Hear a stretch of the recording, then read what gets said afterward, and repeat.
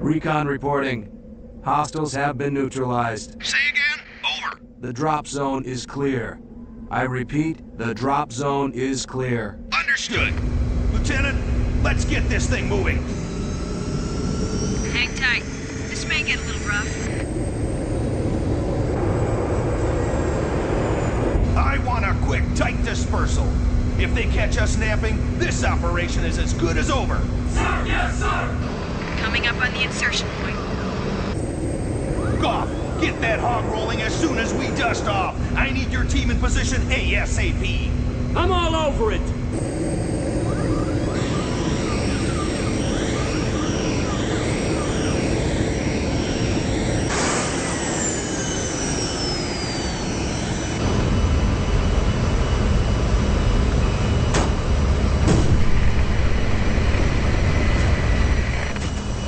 Go!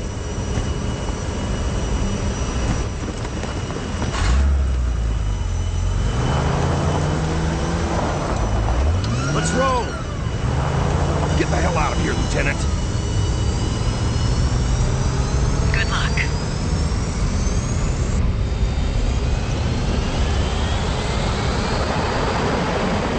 See you at the rendezvous point.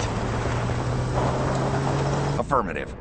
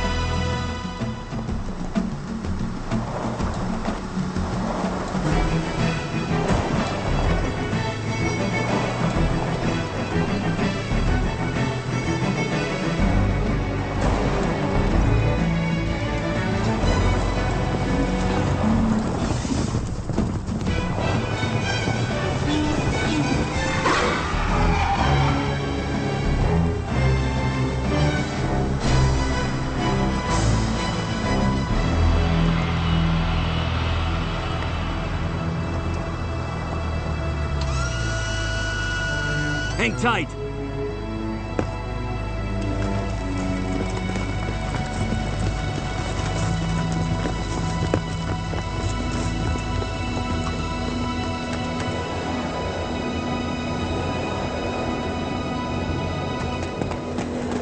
Objective in sight. 6 hostiles, 6 vehicles. Draw off what you can.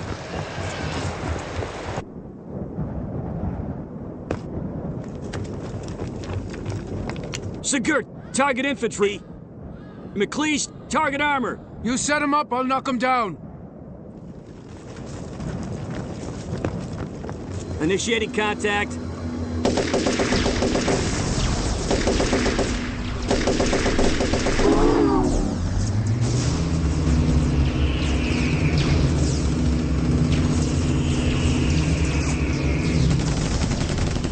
That did it. Pull back!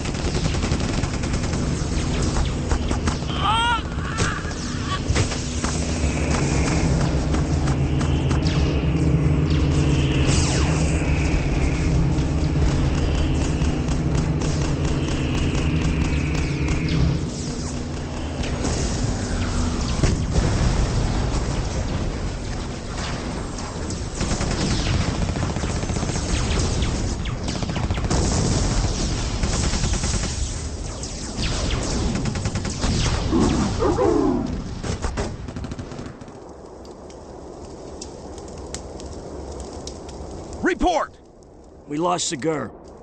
Goff, you and McLeish keep this entrance clear. The rest of us are going down that hole to find whatever those blue bastards were after.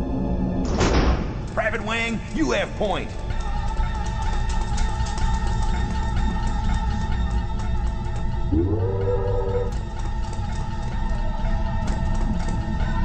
Clear. No movement. No heat. No Covenant anywhere. Something ain't right. Hold up. And Wang, put a sock in it, will ya?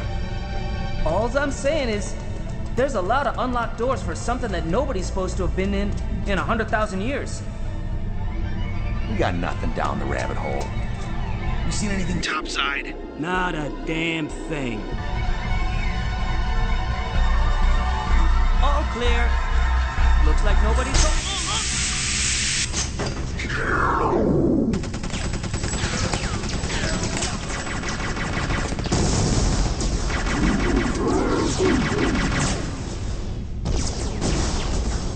Outnumbered! Attempting to disengage! Exit is secure. We're coming in. Negative! Hold your position! No way, Sarge. 50 meters and closing. Gob, get the hell out of here! That's an all! Come on, let's move.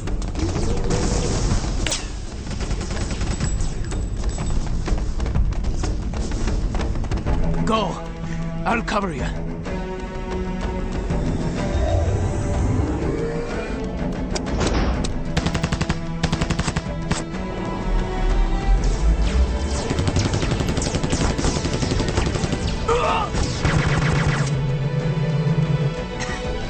Hey, Stooges.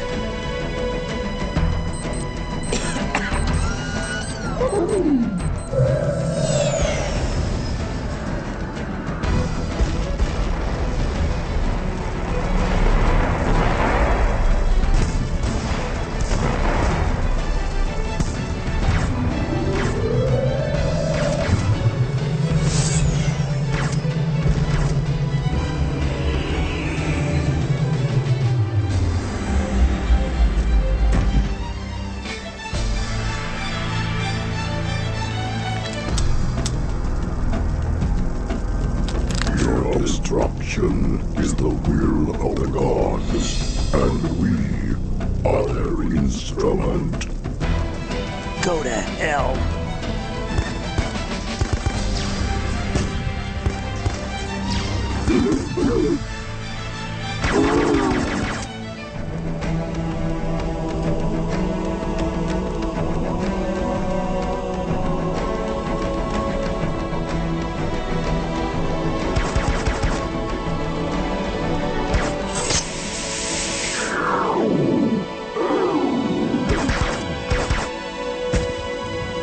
Can you walk? Cortana told us one of you was on board, but I didn't believe her. Enemy Airborne Battalion inbound. Let's get you on board. You're staying? Yes, my battle has just begun.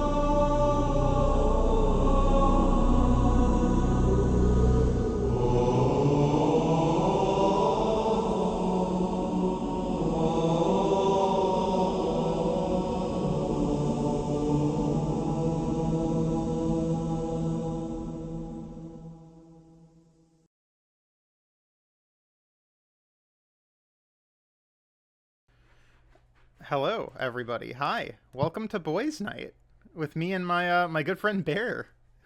Hi, everyone. It's Bear, well-known celebrity, famously on the what the fuck was that game even called? The game that's not Gary's Mon. We did It was Aneurysm 4? Yeah, Aneurysm 4 or Aneurysm 7. I don't remember what number it I is. think it's 4. That sounds correct. A game I actually want to go back to at some point. Apparently, there's like a new map and everything. Oh, like, there's a shit. bunch of new shit They finally that they've added since then. They finally started actually adding things to the game.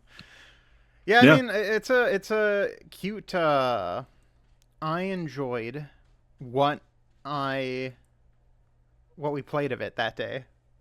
I think it was a great. It really just brought me back to the experience of playing Gmod. So I think that was a positive for me. I And was also, a I met you huge through it. I met you through it. yeah. And that was. I was a huge fan of Half-Life 2 roleplay when I was like 13, 14. And so that game is almost exactly that same shit. So it's really cool. And just making it like the fucking art design for certain shit are just really, really cool. It's very crunchy. Yeah, it's like Yes. very crunchy. Beej, also let me know now how that is in terms of the juice. I also don't want to like peak too much. I'm trying to fix a lot of my audio shenanigan fuck ups, but it's really hard. I seem to just like peak mics without trying, you know. Anyway, yeah, we're gonna play some Halo today. I've had a hankering to play some Halo, to be honest, for a while. Halo 1 specifically, mainly because I'm making a thing with it. I've roped Bear into this because he is aware of kind of an insane other thing that I'm doing in relation to this franchise. But I found that trailer like way back when like Halo was a much newer game. And I was always enraptured with it because that is like a trailer. That's I think like one of the first, if not the first, like Halo trailer, and it is a 10-minute trailer, 9 minutes of which is spent building atmosphere and tone and world. Yeah. It is a machinima. That is the thing I missed. That is showing off Halo. It's so fucking bizarre, man. I miss a lot of like the, like I guess, early 2010s, late 2000s era, like scripted showcases that we got from like E3 and like Game Award shit, and that's like that's like not around anymore. No, it died because people. Well, it died for two reasons. One is because authenticity is like the thing that's viewed very highly now in culture. So this like weird fake corporate authenticity is a thing. But also, like, it became a weird thing where E3 became less of a game showcase towards, like, game magazines and more towards, like, the common people. Because prior, like, back in the day, E3 was, like... I mean, I still remember the day of it being closed off. It was a very insular thing. It was very insular, but also, like, you were trying to get the attention of journalists so they would write something. So you would kind of create a whole experience, a whole package to show them. So here's bear lore. My father worked for a very short amount of time in the games industry, and he went to the first E3. Oh shit! Like on the floor, was invited, and him like so. He's told me stories and showed me like pictures he took and all sorts of shit, and has told like very much described like it was very different back then. Like it was pretty much just an internal like industry event, so like it wasn't a convention for people to go to, and then it kind of turned into that more, and then got resurrected as the Game Awards. Yeah, I mean it has shifted so much. Like again, now it's for gamer. It's for the gamers, guys. Yeah, it is in fact for the gamers. But yeah, there's less like back in early E3 as well. You could basically just throw scantily clad women at journalists and be like, "Please write about our video game." It wasn't a perfect experience. Let's be clear. But I do think there was some benefits. Like again, stuff like that like tone trailer where it's like you're trying to grab the attention of people and get them to write something about like Halo and all that. Yeah, I don't know. I have always found Halo to be fascinating. I don't know, like, so part of the reason I have Bear here at all, people in chat might remember famously I did a stream of Halo 1 with May. It resulted in one of the largest crash outs that woman has ever had. That was one of my first... Dude, that was one of the first streams I watched live. Dude, I just wanted to play Halo. Fuck, what group of psychos have I stumbled my way into? That was like the result of building community issues on that regard. But I just wanted to fucking play Halo. Yeah. Oh my god. So I'm finally getting a chance to play Halo, and Bear here. Yeah. May doesn't really have as much of a familiar, like to her, a lot of the Halo stuff, the campaigns and all that was new. You at Yeah. least are familiar with Halo. Like you're yeah. a capital G gamer. in Halo that was my regard. first gaming experience ever. Same The for me. one of the earliest memories I have is watching my father play C on the Mac, Yeah. and then like On the Mac, barely too. being able to stop. Yeah, Fuck. we were a big Apple family. I'm a first gen PC gamer in my family. I mean, it makes sense though, because Mac back then actually had Yeah. usability to it. Also, True, hi, very hi, true. chat, hi everyone. No, it was also the first game I played. I moved into a new trailer park. I mentioned this in my geez, what is it? I think it's the Metamorphosis video I did. But basically, I moved to a trailer park when I was a young lad. And there was a kid there who was like, "Hey man," I was new, and he was like, "Hey man, there's this cool game called Halo. You want to check it out? You want to come over to my place and play it?" And I was like, "Hell yeah!" Up until then, I had kind of assumed all video games were like Pac-Man, because that was the only game I had access to. So Yeah. I went and played Halo, and I was like, needless to say, I was very enraptured by it. It was... There's something Yeah, about it, I just atmosphere-wise, that's very gripping. Especially back then, it's it feels really- like one of the first like big narratives where it felt like it had a world, like a living Yeah. world. They really, especially love like manual and stuff. They Mhm. spent a lot of Yeah. time building up this backstory and like lore The- and shit that it felt very very realized right out of the gate, which is why I think a lot of people were so enraptured with it to the point of like making machinima. Halo was like the big advent of machinima. Technically, it existed before it because of Quake and stuff, but I can't remember a thing quite like Halo where people just started making like web series.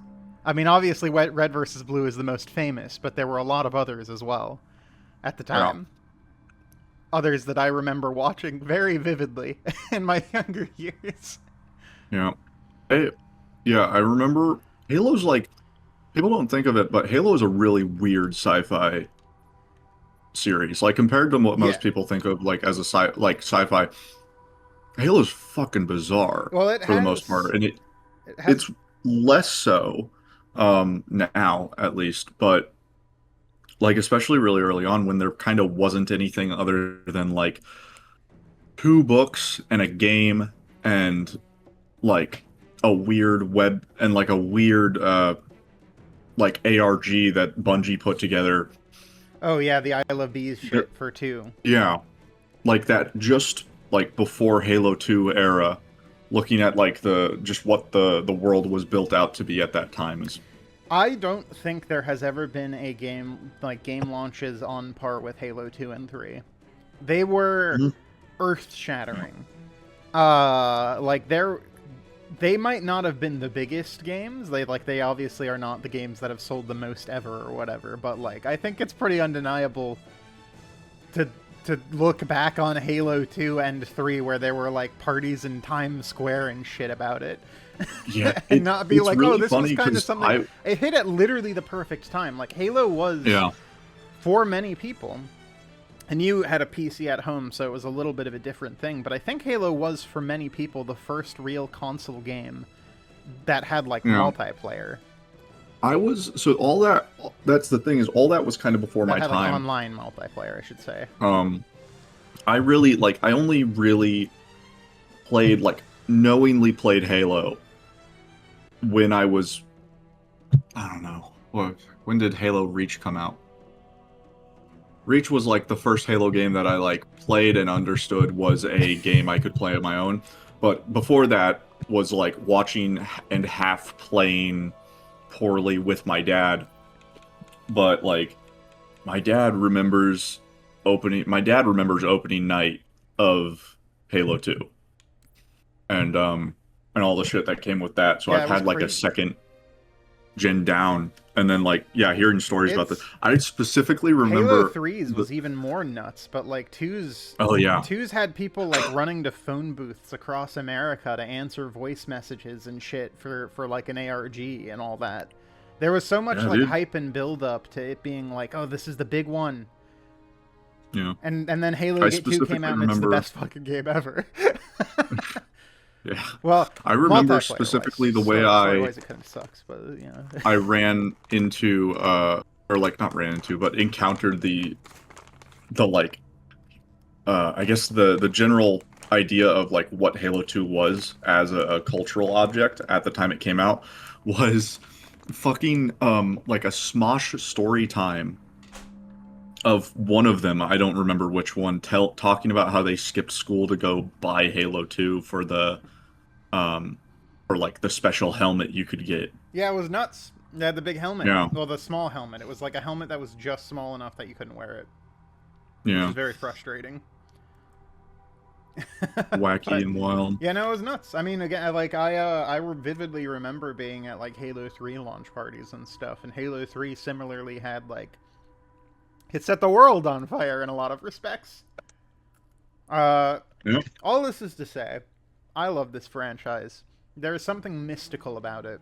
You are right; it has a very weird sci-fi element to it, and I think largely part of that is at least old Bungie. Like a lot of it's just remnants from them redoing a lot of Marathon stuff, basically. Oh yeah, because Marathon is a fucking Marathon's awesome. it's a cosmic horror story told in like text boxes in a Doom clone. Yeah. It's so fucking crazy.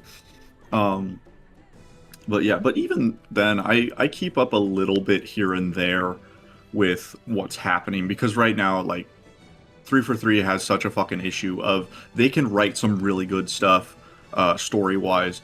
It's just all not in the games, and it's through the most obtuse, like Yeah.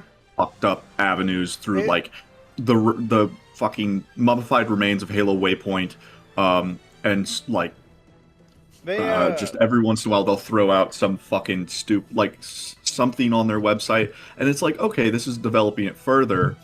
Because like if you really want to, you can know what are they called, whatever that new alien race that gets shown at the end of Infinite. They've been don't developing even that, remember. just not Man, in the game. Oh, that's awesome. Great. Yeah, unfortunately, like, they don't have what's the going on same with sauce Banished that and Bungie shit. did in that regard. Bungie was really good about like their hidden story thing. Yeah. Well, because the hidden story was in the game, and you It was just in had the to go game, find yeah. it.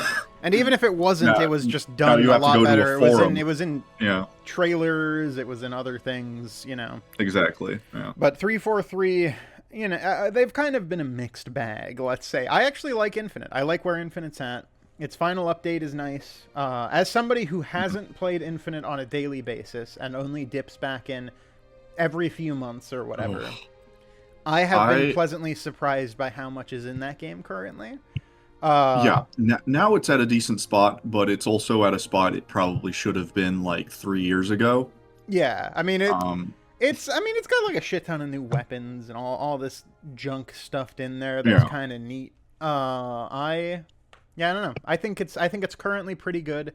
I was recently playing it and I thought to myself, it's very nuts to me because Halo used to be Oh, dude, Colin has such a good point. The arena. We should have called this Bears Night. You're right, Colin. Good. I didn't even realize both our usernames had it. But no, Halo Infinite feels. This is such a weird thing. Halo Infinite feels like how Call of Duty felt in its prime now. Because Halo is, I mean, it's still technically an arena shooter, but it feels much less clunky and much less like Quake now than it used to. And Call of Duty now feels like Titanfall in a bizarre twist of fate, where people are like fucking slip sliding and wall climbing and wall running and jumping and doing all that shit. I mean, that's always been the thing, is I never understood why they didn't just go full bore with the hyper movement, because canonically that's what a Spartan fucking does. I mean, like, Infinite's already almost there. It's almost more there than I want it to be, frankly. I've always been a person who's like never given that much of a shit about sprinting or any of that. And first off, mechanically, Halo is like multiplayer wise, all that. Never been my main focus. For me, it's always been the campaigns and the stories. Yeah, the campaigns are the big boy parts for me. Though I admit I like the multiplayer. It's just I've never given a shit about it to be like playing it on a on a regular basis. On a regular basis, or like on an elite level, or like I'm trying to. Oh yeah, fuck that. MLG I shit. truly hate how hard 343 has been trying to push it being an esport. I mean, I get it. It was one of the originals. Like Halo is the originator of that shit. It just feels like it's well past its time, and it's just not. It's not going to happen. They're trying really hard. It's not going to happen, and they're making the game worse for it. So I do. Yeah, I feel like there's a lack of making things fun. Speaking of things being busted as fuck, we're about to play Halo 1, one of the most busted as fuck video games in terms of balancing, and I couldn't be happier. Let's fucking go. Yeah, let's go. Let's get into it. Now, Halo 1 has like such fucked balancing in terms of its multiplayer. The pistol's like the greatest thing ever. Yeah. And like so many, like the 64 clip assault rifle is nuts. There's something so satisfying though, I've always found, about the assault rifle in Halo 1. It's so good. I love it. So I wish they would bring it back every fucking day.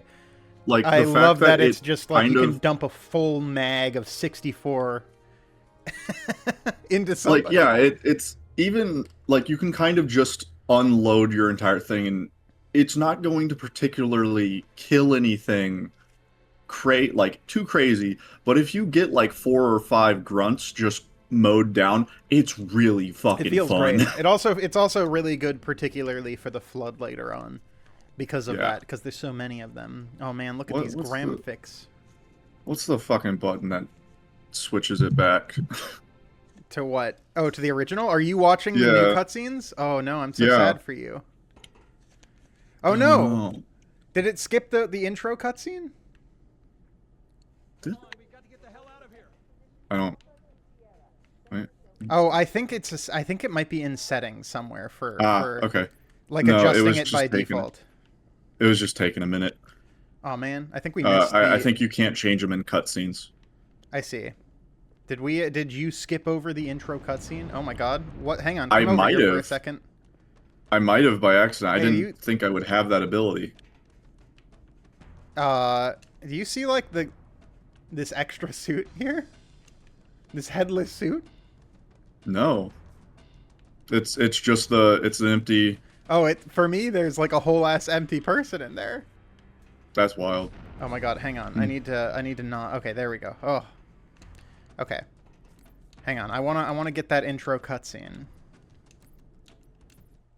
I wanna get the lore. All right, I'll keep my hands off the controller then. Yeah, hands away, Bear. Come on. Here, I'll crank the game audio up a little bit for you guys, but I need you guys to like be on top of letting me know if it's too loud. Yeah. I'm actually. You're my ears. I don't know.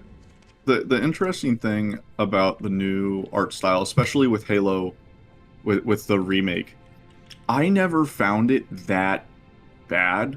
Like, a lot of people shit on it and say like, oh, they made it way too. Like, they made it way too oh my I guess hang on. Big or like shiny. Hang on. I gotta adjust a setting on my end here. Fuck me. Hang on. Gameplay. We made a blind jump. How did they get here first? The Covenant on? There we go. Faster. As for tracking us all the way from Reach, at light speed my maneuvering options were limited. We were running duck. Okay. Yes. Until we decelerated, no one could have missed the hole we tore in subspace. Sorry for the lack of subtitles there. On the far side of the planet. Yeah, why is the game so quiet? I might adjust that in a second. Our fighters are mopping up the last of the recon picket now. Nothing serious. But I've isolated approach signatures for multiple CCS class battle. Oh yeah, I forgot he has a fucking pipe. He's got a space pipe. In about 90 seconds, yeah. they'll be all over us. Well, that's yeah, there's all this fun, the cool setup of like, oh, there's some sort of conflict on Reach. What the hell's Reach? and Cortana. Well, that was part of the cool thing, is if you bought the book that was released to the same day, you would know. That's true. It actually established it. Attention, all combat personnel. Please report to your action station. Yeah, I mean, the new art style is fine. I just always appreciate the classic. There's just something about it. Just how clunky things are. I think it has a much better use of liminal space that the new one doesn't. Shadows and stuff like that. Definitely, yeah. Everything feels a little more alien properly. It feels a little bit more futuristic to me in terms of just how blocky. Yeah, you changed it very cutscenes. No, yeah, I don't. Yeah, I don't like. I think when because people usually point to the Forerunner architecture and be like, it's too clean, it's too glowy. The new one, especially the new one, that's just like Halo Infinite assets that they put in the new one. Oh yeah. Well, yeah, that's the thing. I was looking at it and I'm like, hey, it's not. I don't know. It just doesn't seem that it doesn't seem that different. It more just seems like I definitely get it because I fucking hate Unreal Engine 5 and just how it looks. It changes the design sense. The original Halo has a militaristic kind of brutalism design to it. Like everything's very blocky, everything's very angular and square, and that isn't the case with new Halo, really. Like at all. It really isn't the case anymore. Like that angularness, that brutalism is much less of a art style direction as the franchise goes on, unfortunately. Like I think they start to lose that in Halo 3, to be completely honest. It's already kind of lost in 2. To be honest, Halo 1 just looks much different than the others, and I've always appreciated that. Yeah, definitely. It reminds me of like Star Trek TOS compared to later Star Treks. It's a bit more blocky, it's a bit more colorful. I like all the bright colors and everything.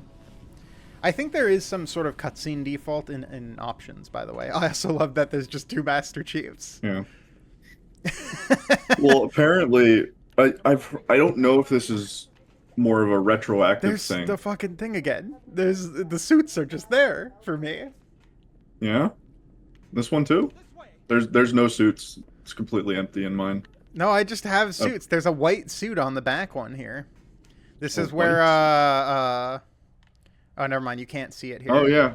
Well, I can see it through the stream. But yeah. Well, maybe that's why people are like, "Oh, player 2 is Linda," in because Linda's unaccounted for. Linda is unaccounted during Halo 1. The Fred and Kelly. hit character Linda. There's a cute little also very iconic cutscene run here.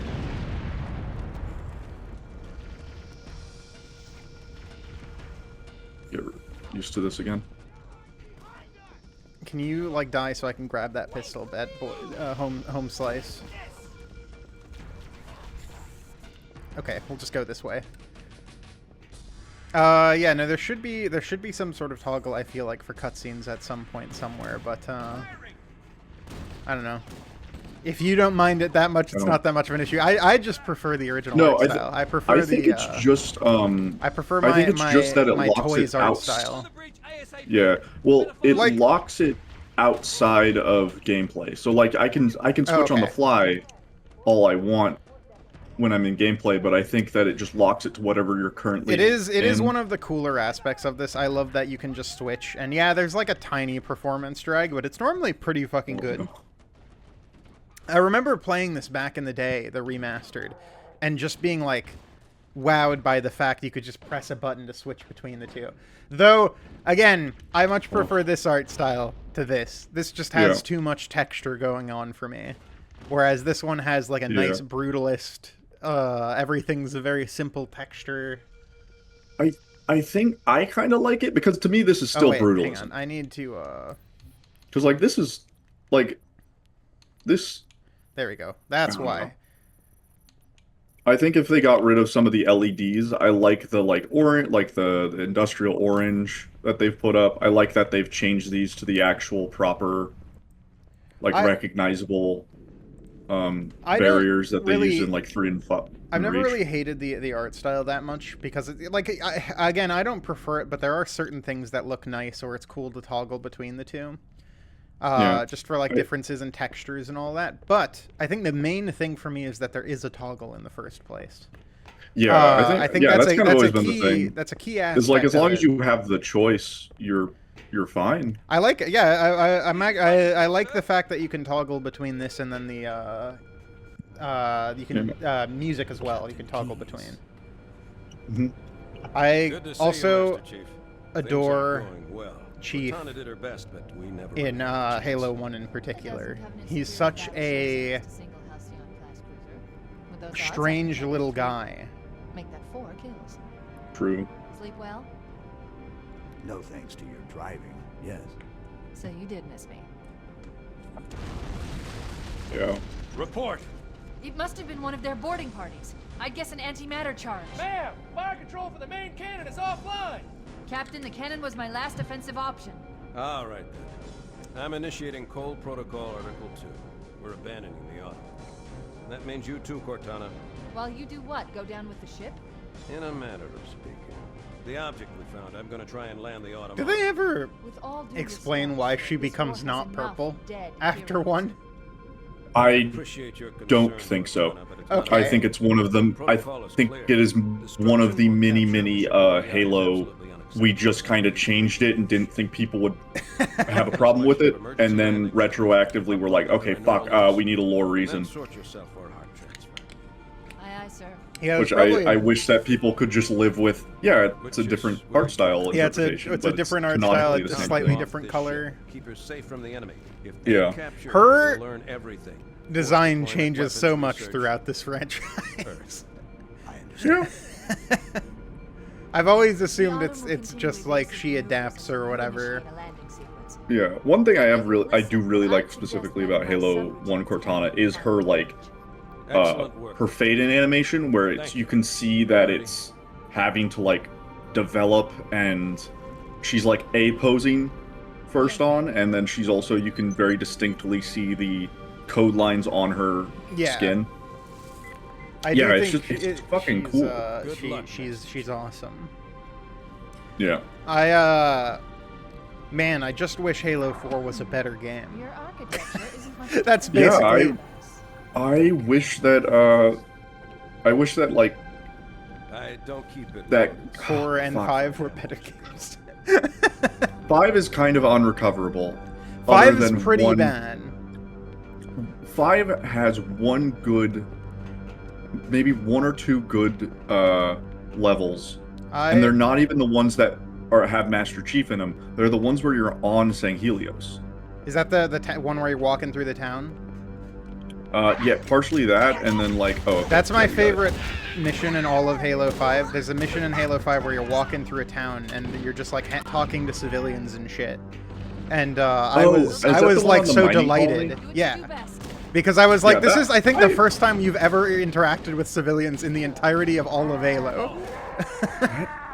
That might actually be true. I'm talking about the ones on Sang Helios where like you fight the giant squid scarab. Do you remember that? That was such a cool fucking set piece that like is not done in any way throughout that game. Yeah. And it makes me feel like, oh, this is Halo 3 again. Holy shit, they're doing it, and then nothing else. Yeah, I mean, 5 is mostly just a lot of very mixed potential. Also, I mean, it starts to get into the weird stuff of it, like...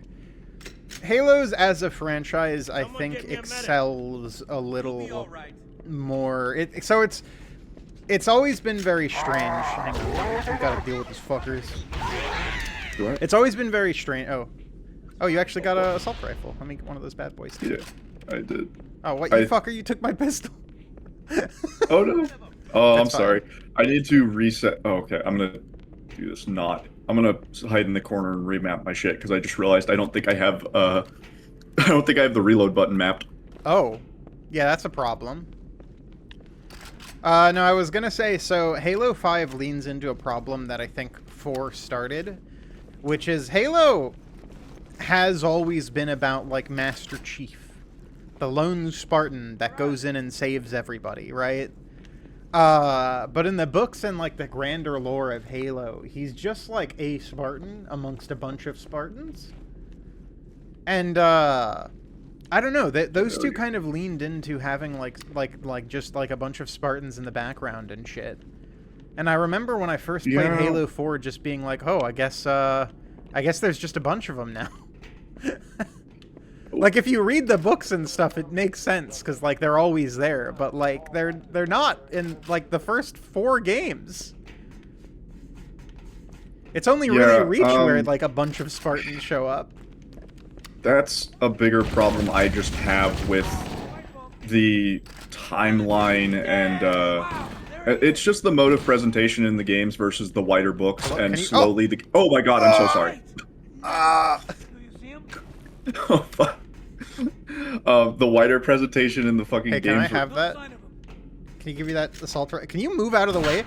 What the hell? What Alright. the hell? Did something just hit us? Yeah. My fucking 50 caliber bullet just hit your skull. That's what hit us.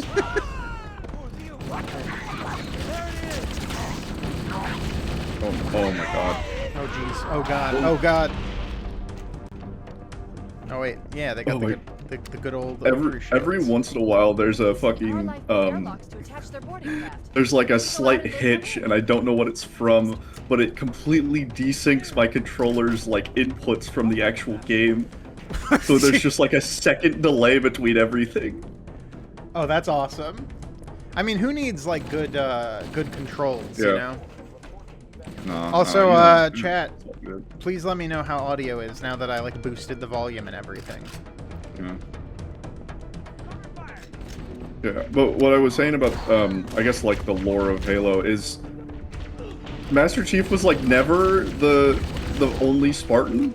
No, he never is. That's is. how it's presented in the game. Yeah, the games all present it like that, but that's not how the books present it at all, which I always found very vexing. And so it just feels weird. Yeah, it definitely feels weird when, or I can understand how it would feel weird only playing the games, because when Halo 5 came out, I was like, oh, Isn't cool, the book that came out on the same day also, doesn't that have Linda in it? Yes. Which makes it more baffling that she is not in the game or mentioned. Well, because that's the thing. In the Flood, if I remember the novelization of this game, Linda's with Chief during this point in the story. And so that's why people will sometimes say like, oh, the player 2 is Linda, canonically. I see. Which is not true, but you know, that's not true at all. Yeah, it's clearly just 2 Master Chiefs. Yeah, but still, like, people will. But then, even then, I don't remember. She either leaves or she goes on a different thing and is like off on her own stuff, and then Master Chief is on his own for the rest of the book. Oh my gosh. Okay, I'm having to remember that RB is reload. Yeah, there. How long has it been since you last played a Halo? Since you last played like an old Halo. A solid year. Okay. At least. That's not. I don't know. Bad. Last time I played this, I was using a keyboard and mouse, and so now I didn't want to like have to relearn whatever fucked up bind, because I'm left-handed, so I have to rebind everything whenever I'm using a keyboard and mouse. I didn't want to have to remember that. And I'm kind of having to deal with the same thing anyways. I can't imagine, like, I guess you grew up with it on Mac, so you're a little bit different, but Halo to me has always been a very controller game.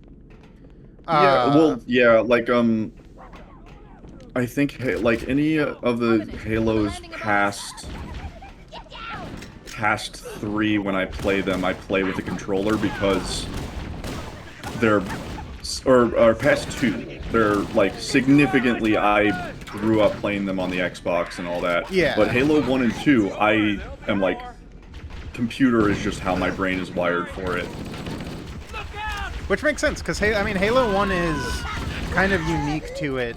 Halo 1 is more of a Quake-like game. More of an arena shooter. Yeah. Oh, boy. In terms of a lot of its, like, design and a lot of how stages are designed and stuff. Yeah, that is one thing I really like about Halo 1's multiplayer.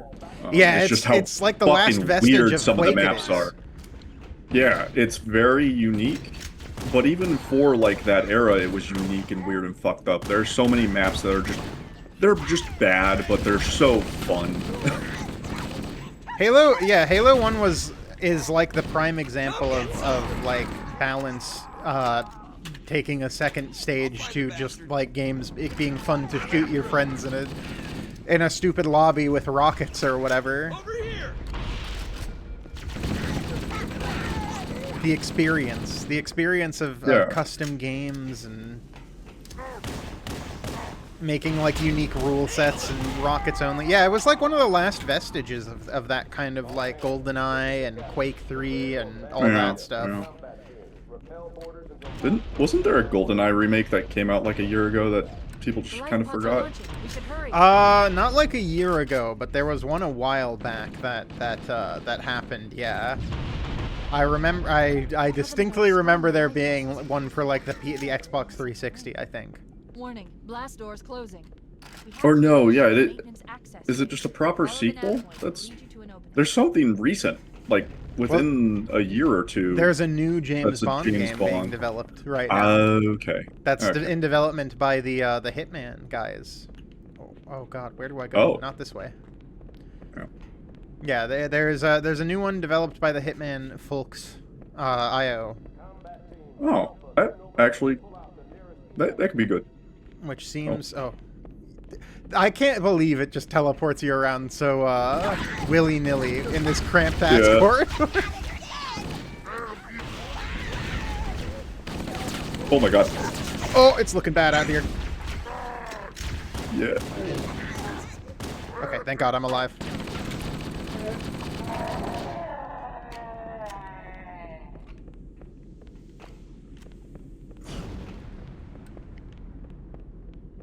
Yeah, I think here is where you can see the. Here, is this where you can? Yeah, here you can see the. They got the thingy. The Linda. Yeah. She's just offline. Yeah, but oh, what was it? I haven't played GoldenEye. But like I ever? played. No. Really? Yeah, I wasn't a Nintendo kid. I had a Super Nintendo and a DS Lite, and that is literally every Nintendo console I've ever had. I'm just surprised you haven't at least like played it at a friend's house or something. I mean, once again, I'm kind of the generation behind that. I just turned 24, so like. I see. Yeah, God, I can't believe that you're. I was a baby. I was a literal infant when the like PS2 came out, which was like right after that, right? That was like, oh fuck. N64, I want to say was right before that. Yeah. Because PS2 generation was like Dreamcast and shit. Yeah, yeah. So like that was literally. I don't even know if I was born when the Nintendo 64 was like an active console. Well, I'll say this. Oh, hi, Grunt, just floating. I'll say this: GoldenEye is a delight. The original GoldenEye is like one of the OG multiplayer experiences, and I think Halo 1 in particular really feels like a slightly better polished and like more modern version of like GoldenEye in terms of how it plays and how it's kind of set up, because GoldenEye also has very similar map design to Halo, and like secret weapons placed around the map are kind of like the thing you're grabbing. Very much like arena shooters of the era. Which it's funny to think, that like doesn't exist anymore really. Like that, I mean, aside from like Halo and Splitgate, I guess. Yeah, outside of games that are like explicitly trying to do arena shooter,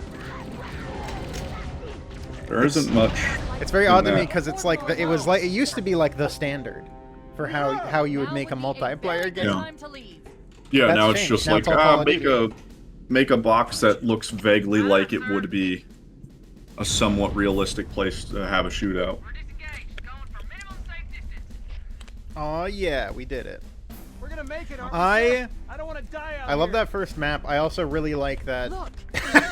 Yeah. Yeah. That's like one of my favorite Master Chief moments. This dude like panicking and he just gives him a little pat and doesn't say shit.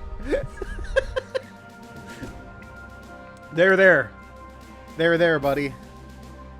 What is that thing, Lieutenant?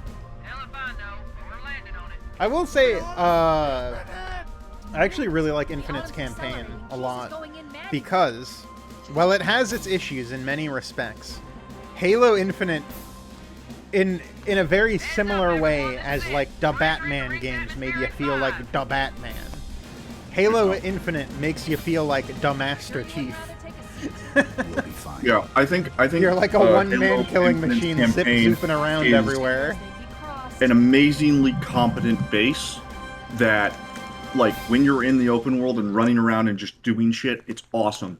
And then you slowly when the credits roll, you realize nothing happened. Yeah. Well, nothing really happened in that. So it's like, it's got a great setup for what they could do going forward, but like Infinite itself's campaign is kind of like... Yeah. There's things within it that are good. Like, I really like the idea... I like that it showcases Master Chief as like an inspiring figure of a rebellion, right? Like, I like that you have your little like co-pilot guy that you have to like hype up in it. Can you move? I like those moments, even though the guy that's playing Chief's voice actor, bless his soul, he's old now. Yeah. It's still the same guy, right? It is the same guy. Yeah. But I remember also this shit looks downright hot diggity dog beautiful. I may or may not be looking through games of this era to steal art out of it for like Photoshop shit for some of my stuff. Because I love that, dude. I fucking love. There's a reason that like the whole liminal era, like Y2K analog aesthetic has just kind of maintained itself. Yeah. Even like over fucking a decade. I mean, it stands out. Like micro aesthetics don't usually last that long. It stands out, and I think Halo 1 in particular, like perfectly captures that particular look to it. Yeah. Like, it's kind of... This game has such a rad art style in terms of, again, just all the colors used. Stuff like being able to see the ring ascend into the, into space and loop back around. Yeah. All the nice purples and blues and shit. The green. Mm-hmm. Yeah, there's always been, and I literally just found the name for it. For what I was, for like the aesthetic that for literally just my whole life I have associated Halo 1, 2, and 3 with, which is called fucking like Ertuguro Bliss or some shit. Oh. Someone will probably correct me on that. But it's like that mixture of tech and nature, very like Xbox 360, this like early UI design. Yeah. That early kind of Xbox design, that very Millennium design. Yeah. But also like those like hints of like something I really like about the original ones is they're very like late 90s anime inspired also. Yeah, I mean in general like a lot of that comes from the fact that Halo 1 feels very akin to... Again, I mentioned Star Trek TOS before, because I'm a big nerd, but TOS, the original series of Star Trek, is very inspired by a lot of like pulp sci-fi magazines of the era. Yeah, Frutiger era. Thank you, and Colin. Halo in particular, Halo 1 in particular, and Bungie's work is also very, very heavily inspired by those same pulp magazines and shit. And I love that style. I love the kind of... Yeah, it kind of feels I'm reading a lifeboat beacon over the next hill. artificial in a weird way that works. I think that's kind of one of the things that I'm not looking forward to, and why I don't particularly care for the art style of this art style is it kind of makes it look too foliaged up and realistic and all this. And I don't know. I feel like Halo kind of feeling artificial works to its benefit, you know? Yeah. It kind of feels like you're playing toys. I can definitely see that. And the thing is, for that argument, really it's always, at least for me, I've always hitched it with the caveat of, like, it works specifically for this game. Yes, it works specifically for Halo 1, because Halo 1's art style makes it all kind of work in tandem with each other. Yeah, I feel like people can be missing it a little bit when people are like, oh, Halo Infinite should have looked more like Halo 1. I think it actually is like a weird perfect blend. I think it looks great. I think Yeah, it's somewhere in between that manages to make it work. Exactly, and I've never understood the people who are like, it's not good enough. No, I actually really like where it ended up. Yeah. I'm a big fan of how that game looks. I just also wish a lot of its assets weren't being backported into that remake. Yeah, I wish they just kind of look out of place. things looked a little less plastic. That's the one thing I'm not a huge fan of about Infinite's art style is the metal. A lot of the stuff that's supposed to be metal looks like plastic. Yeah, it's doing a weird. I mean, it's better than I guess just the realism angle they were doing before. Because holy shit, 4 and 5 look like terrible. I'd much rather have stuff look kind of like a toy than it just be this unidentifiable mush. Yeah. I cannot believe 5 was the worst because they transitioned, like, 5 is such an infuriating game from every angle. Because even 5 had its fucking redeeming qualities, they just swamped every other bad idea. Yeah, it's all tied together, unfortunately, into a very mixed, muddy experience. I like 5. I like elements of being like, okay, you get to see this world outside of just John Halo.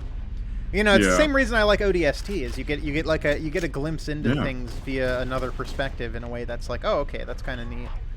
I think very highly of that mission where you're walking around that settlement because it's literally the only time where you're interacting with like normal civilians that are not like Marine people. Yeah, it's also the one time in the 343 I guess actually era you that interact I can with think of people in Reach 2, where you have like Marines.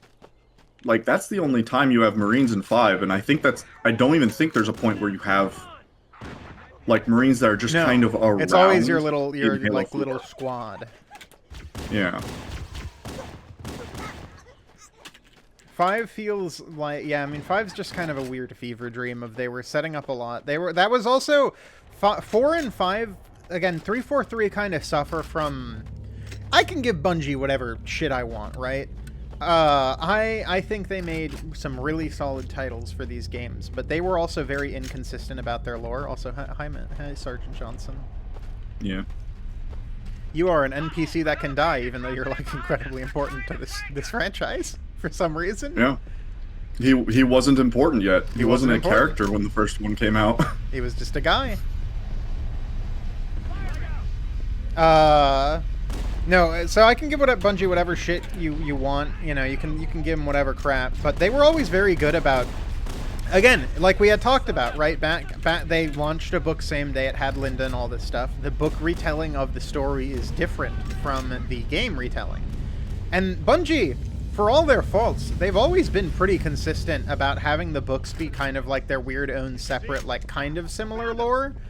But like technically they're separate. And I think 343 tried to merge them, and it didn't work very well. I'm pretty sure Bungie at least always said that the books are basically just supplemental for the games, and the games take priority in terms of what's canon. There's aspects in the books that are later expanded on within the games, like characters or lore or whatever. You know, it's expanded upon, but mostly they're separate enough where it's never been like the books supersede the canon of the games or whatever. Like again, Linda doesn't show up in any mainline Halo game ever. Aside from like an Easter egg. But she never shows up. No Spartan aside from the people. Yeah, but again, that's 343. That's not Bungie. Oh, yeah, you mean okay. Up until 343 took hold, Bungie never really attempted to like merge the two. They were separate. Yeah. And then 343 took hold, and they decided to, in a very bizarre way, merge these two realities together, and it created a very jarring sequence where like you just show up and there's like a ton of other Spartans in Halo 4, and you're like, oh, okay. I didn't realize there were other guys still. Well, I mean, that it made they justified it in them because there's like a few years that pass. Yeah, well, because that's like a whole new group of Spartans, but even then they've retroactively shrunk the amount of time between there being Spartan 2s and Spartan 4s, and then now they have the weird thing where it's like, well, now they're all Spartan 4s, but they're different generations of Spartan 4s. See, this is what happens when you try to merge your stupid fucking book lore into your video game lore. Yeah. And then you get Halo 5 that's just like trying to make all of the...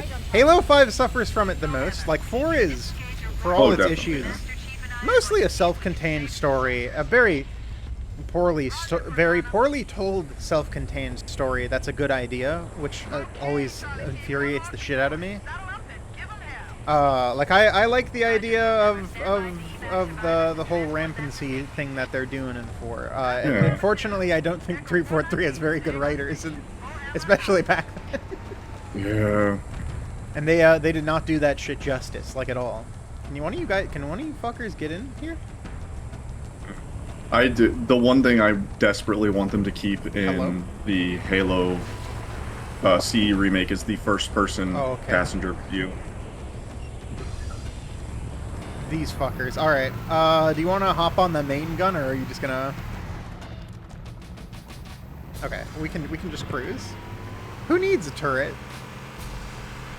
Also, this was some shit that I remember seeing back in the day, and just being like, wow, you can drive around this huge open area. The first open world video game. That is. Oh my god.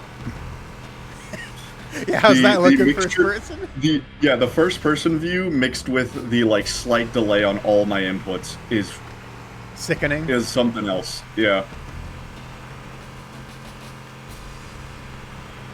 This cave is not a natural formation. Someone built it, so it must have been somewhere. Great. I've hacked into the Covenant battle map. Indeed. Actually broadcasting tactical data on unencrypted channels. We should show them who they're dealing with. Where's the open use your suit's transcom system door thing? Oh wait, never mind. This isn't a door. Okay. Sorry, I was. Yeah. I thought for some reason that was a door. I think later on there's gonna be that. Yeah, I think the one leading outwards. Like once we cross the bridge. Whee! Yippee! Man, Halo is also like driving. I've always just really loved it. It feels very good. Let's see if I...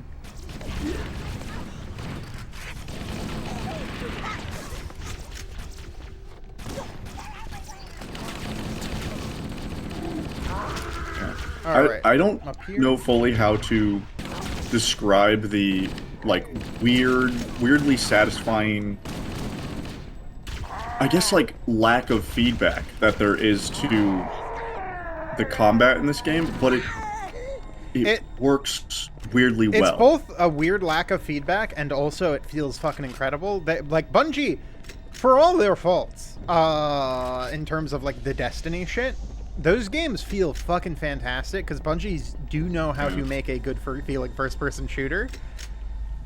Yeah. I mean, Halo 2 feels even more like rewarding, but yeah, I get what you're saying because there's not like a ton of feedback yet. At the same time, I think it's the fact that everything just dies so fast. Yeah, maybe. It's the fact that like everything dies so fast. There's also very, I think Halo has some of the best audio design in anything ever. Just in terms of like its soundtrack. You know, there was just that like the big like the droning ambiance that's in the background right now. The like the screeching. Yeah. Okay. I don't know if you're in original right now. You're in the original mode. I don't know if you have the original soundtrack, but like if you sit quietly in any Halo map, you can just hear like this faint kind of spooky audio. There's a large amount of ambient, like music. There's a large amount of that, and then specifically the first 2 soundtracks have a lot of ambient. Yes. That's just there. I mean, no, with, honestly, like, that's there all the time. hard That's rock. even in Halo 3 and Reach. There's a lot of like, I remember, especially in Halo 3, if you Halo would just 3 spend gets a like lot more large. orchestral. Like, I always think of like Halo 3 as a slight switch, but my brain is like, there's a reason why every once in a while you see like a 90s ambient track playlist that shares like Aphex Twin and like Halo 2's soundtrack. Yeah. They're very like similar both in time and like influence. Halo 3's changed a little bit, which I think tonally like it works. I still think like if you sit on any map in those though, there's like a good amount of background noise. There's always something happening in the background, something moving. Yeah. Oh, I'm talking specifically about like the music, but ambient soundscape that are on the maps. Yeah, one themselves, and 2 have a particular. One specifically has a particular ambiance to it because you're like the only person in these massive environments. Yeah. Especially when you're in like Forerunner structures and shit. You get that scary droning sound that's just kind of uncomfortable. I also spent like just a shit ton of time on maps alone in Halo 2 and 3, particularly 3. Oh yeah. For Forge and shit. No, I did the same shit. And they all have like kind of an ambient sound to each particular map, which is kind of interesting. What is it?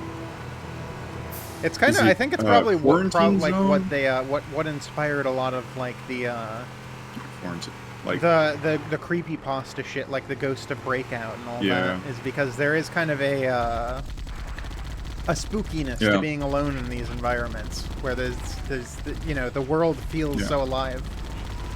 What's that game that is But also all the alien death sounds are also good. Like that grunt, the grunt dying sound, the elite dying sound, all that shit is ingrained into my brain. True. The little warts. Yeah. What is that game that is you're in an arena shooter by yourself and it's haunted? I feel like I kind of know what you're talking about. I think it's just like I don't know. I don't know what that thing's called. I remember seeing that game and being like, "Oh, this is exactly the manifestation of the creeping anxiety I would have playing these maps that would kind of like that would limit my Forge sessions to like half hour before I had to go play a Lego game to chill." Yeah. No, I absolutely get where you're at, because I remember one of my favorite maps was Guardians in I think it's called Guardians in 3, and that's kind of a spooky map. It's got a spooky atmosphere. Yeah. And I remember if I hung out on that map too much, I'd start to get a little paranoid. Hey, look, a Mach 5. What was? Hey, Home Slice, what's up? Sniper, yes, give me that shit. Yes. Oh yeah. The old day. Oh god, there's so much of Halo 1 that I love. But the biggest thing I love is that the sniper rifle by default has a 24 fucking. Like a 24 mag like maximum, which is an insane amount of ammo to give to a weapon. to give to a sniper. Fucking awesome, dude. Because I think most modern Halos give you like 8 shots total or whatever. Yeah. Or like what was the smaller snow map on Halo? The one that's a Covenant outpost. Oh jeez. I forget what that one's actually called. It's like Halo. Stronghold or something. Yeah. I always like. Oh wait, no, that might be map. not Avalanche, because Avalanche is the smaller one, I think, right? No, Avalanche is the really big Halo 3 map. We have survivors and right? Immediate dust off. Maybe, yeah. God damn, I don't know for now. What was like lockdown? Is it lockdown? It might be a lockdown, the one that's kind of snowy and has the big turrets outside of it. Yeah. Which you can overload if you max spawn out a bunch of mines and shit. Yeah, I think Lock. I know. Maybe. I have a particular fascination, so I love these games very much. But one of my weird fascinations is I used to play a bunch of. Showtime! Can we get in yet? No. We're not allowed. I don't remember which game you're. Oh, it's Halo 3. You're allowed to just like stand in it and like have it not ever leave. Because you could do that on Covenant. Yeah, so there's a bunch of. I think a charming aspect of this franchise is just the sheer amount of like little bugs and glitches to it. Here. Oh boy. Okay, yeah, you can drive with your fucked up controls. This will be awesome.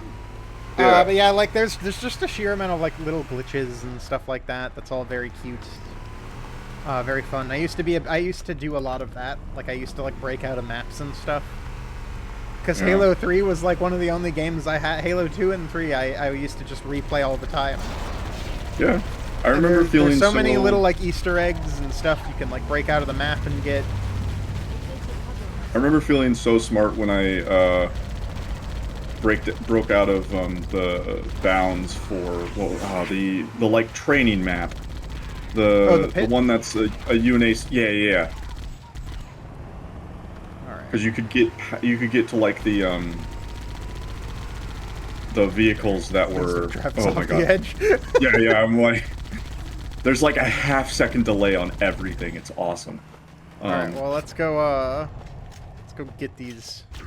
You could get past the fence on that, I remember, and I remember feeling like you can fucking legend when I figured out how to do it. Aw, yeah. Yeah, I feel like the lack of feedback is really made up for by the fact that all of, like, the death yell... There's, like, always, like, death yells and satisfying amounts of, like, blood and explosions and shit. Plus, it just all feels good. It feels very tight. Yeah. I think jumping around as Jonathan Chief is peak, perhaps. Potentially. There we go. God, his ass. Actually, I haven't done it in a while. Let's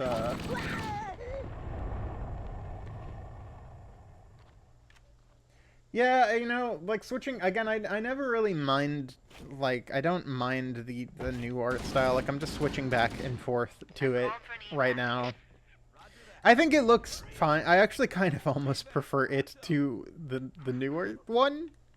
Because at least it still kind of looks like... There's still an art style to it. There is still an art style. It looks like toys. The new one just looks like Unreal. Yeah. I honestly really like how saturated everything is in the remake. Not the remake, but the remaster view. Yeah, it at least understands that as well. Like, there's different lighting as well, in terms of, like, right now it's the, like, sun is Get up so I can kill you again! beaming down. It is pretty. Yeah. I'm just also thrilled with the fact it lets you swap between the two. It's such a cool feature. Yeah. I want every remastered game to do that, and I know it's, like, unreasonable to think that. To want that. But also, like, it's one of the things that's always been super cool about both this and the Halo 2 remaster as well. Yeah. Just being able to swap between the two on the fly. I mean, hey, I'll take any excuse I can to play these games over like a dozen times more. I've played through these, like, the 4 main Halo games. I guess the 5 main ones, counting ODST. Yeah. But I played through all of them so many times. Yeah, I mean, I'll take any excuse never to play gotten these bad boys. tired. I think literally the only point in a Halo game that I don't look forward to is Cortana. I legitimately really don't like that level. But even the library, like, I think has a lot of charm to it. And I kind of look forward to just the like slight suffering that comes with it, as at least as a unique experience playing, right? Yeah. Yeah, I can't really think of any mission I truly hate.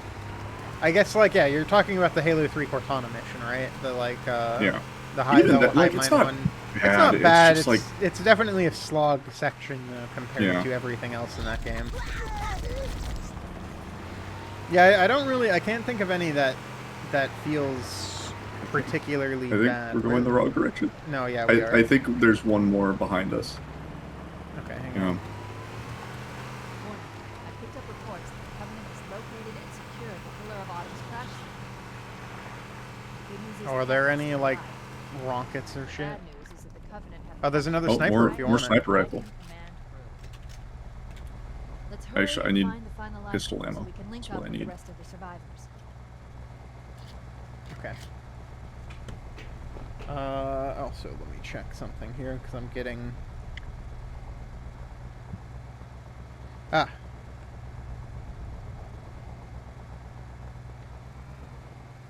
Okay.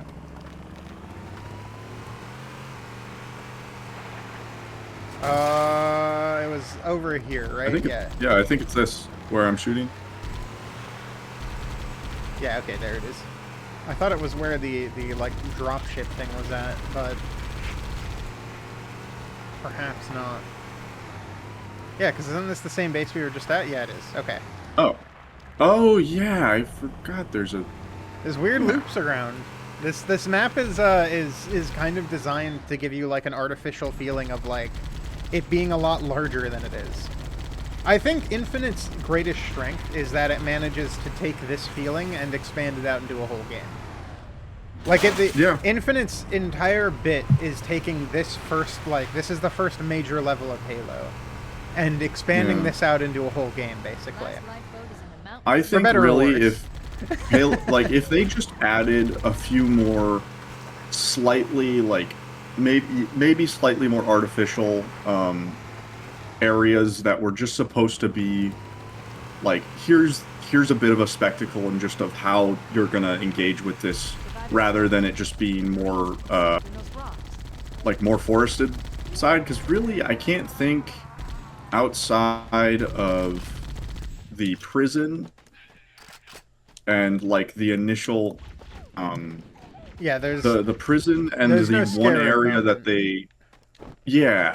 that they showed in that trailer where there's like a thing where you're like, oh, I remember this defining part of the level or this setting that it's in, because it's all in one area. And that's kind of why I feel like the campaign suffers a lot, because a decent chunk of them are either you're out in the open world and are doing objectives, or you're in a Forerunner structure where it's all kind of the same, even if you are doing different things.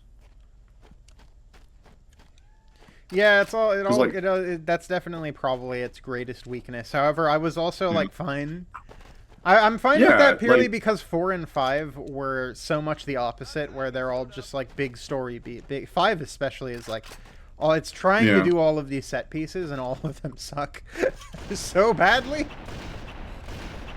4 also kind of is also similarly doing that with like the big boss fights and stuff. I don't know why 343 is like obsessed with boss fights in Halo. No, dude, they did it in 2, and everyone was willing to admit it was bad, even though we love that game. We don't need to try and... I mean, Bungie did it too, but its boss fights were all a lot more simple, I feel like. Like, the 343 fights in both this game and 3, and then, 2 had one as well, I think, near its end. But those were, like, infinitely more charming than, like, the weird Halo 4 mid-boss fight that you had to fight several times. Or was that 5? I don't remember. I think those both had that happen. No, that was 5. 5 had the Warden, I think it was called.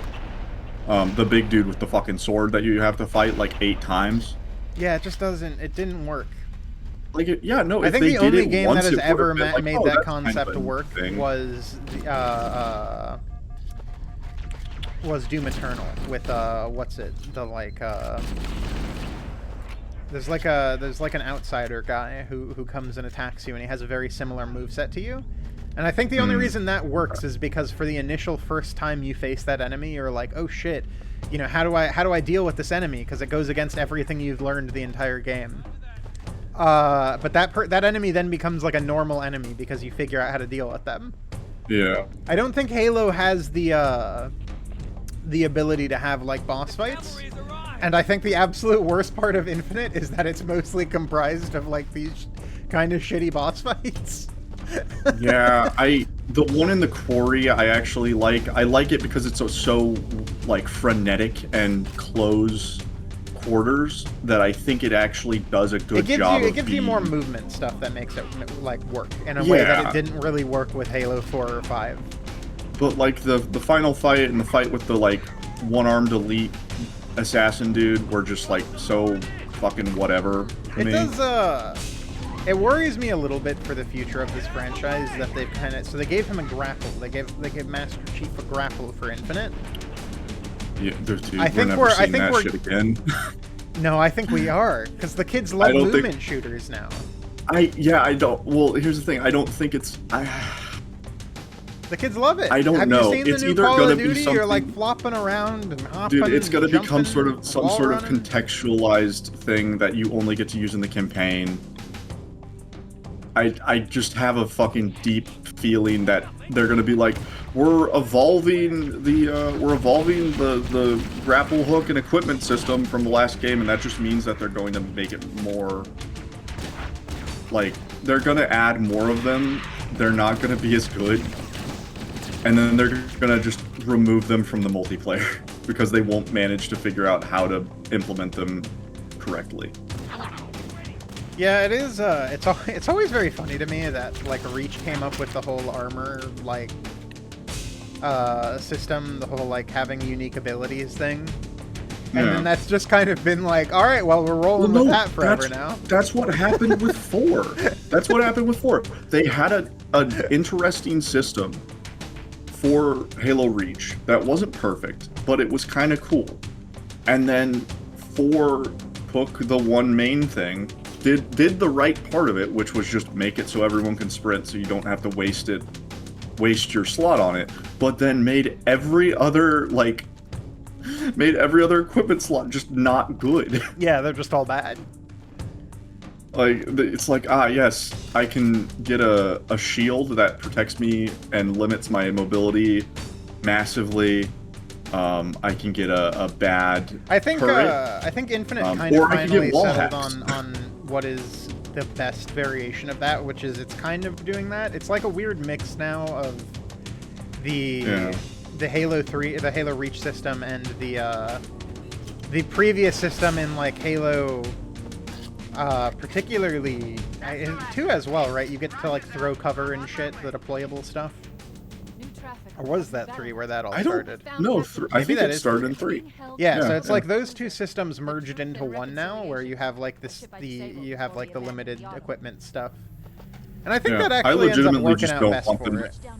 I just don't want them to change it from Infinite because I think it's legitimately really good in Infinite. Yeah, I think it's about the best. But I know they're gonna.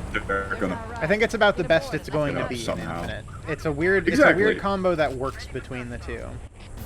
Exactly. That's I don't know. quite, I know they're gonna change it. Oh, probably. They love to like arbitrarily change parts of Halo's identity, and then like, yeah, I don't know. I think Halo has just a weird identity crisis, especially with 343. They can't really decide where they want to land on it. Yeah. And it's very annoying. It's There's a gravity lift that ferries troops and supplies between Infinite the ship and the surface. felt like as much as I don't mind Infinite, it feels like the safest possible option. I'm excited to see what happens next eventually with whatever they do, because I love sci-fi. Sci-fi's always been my thing. I love sci-fi.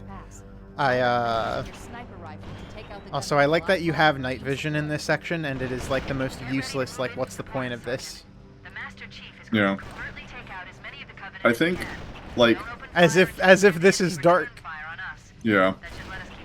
I mean, like I said, Halo Infinite, very good base that It's a good they base. should have just built off of. I think and they were going going to, and then they didn't. Yeah, it turns out And they just Infinite's kinda only were like like, 4 or 5 years. Yeah. Turns I out the was, word like, really infinite is not interested- infinite. I was really interested in what they were planning on doing with, like, oh, we're going to add new areas to the campaign after that. Was that you know, that's the like plan? probably what. That's how they made it sound. That you would get this area of the campaign, and then you would get like another. Yeah, I think the fact I was added- completely disconnected from that particular promise. Because yeah, like that was the thing, is they were like, oh, we're gonna have additions to the story that are gonna take you into new places on the ring that are just expansions essentially. Actually, They were promising I think I story do expansions. Remember hearing that actually. Now that I think about it, they were because the idea with Infinite was it was like going to be the Halo game for the generation, and then that kind of quickly moved on. Yeah, that's how they made They it sound. really Was just like focused heavily on the multiplayer aspect, and yeah, and it just they did, and which is this is as someone who has put hundreds of hours into that multiplayer, purely because I have a friend whose special kind of autism is, hey, I'm gonna pick a game, and no matter how much I hate it, I'm just going to do all the dailies. I think okay. Here's the thing, though. You can say whatever you want about its lack of content. I think Halo Infinite is some of the best multiplayer Halo has had since like 3.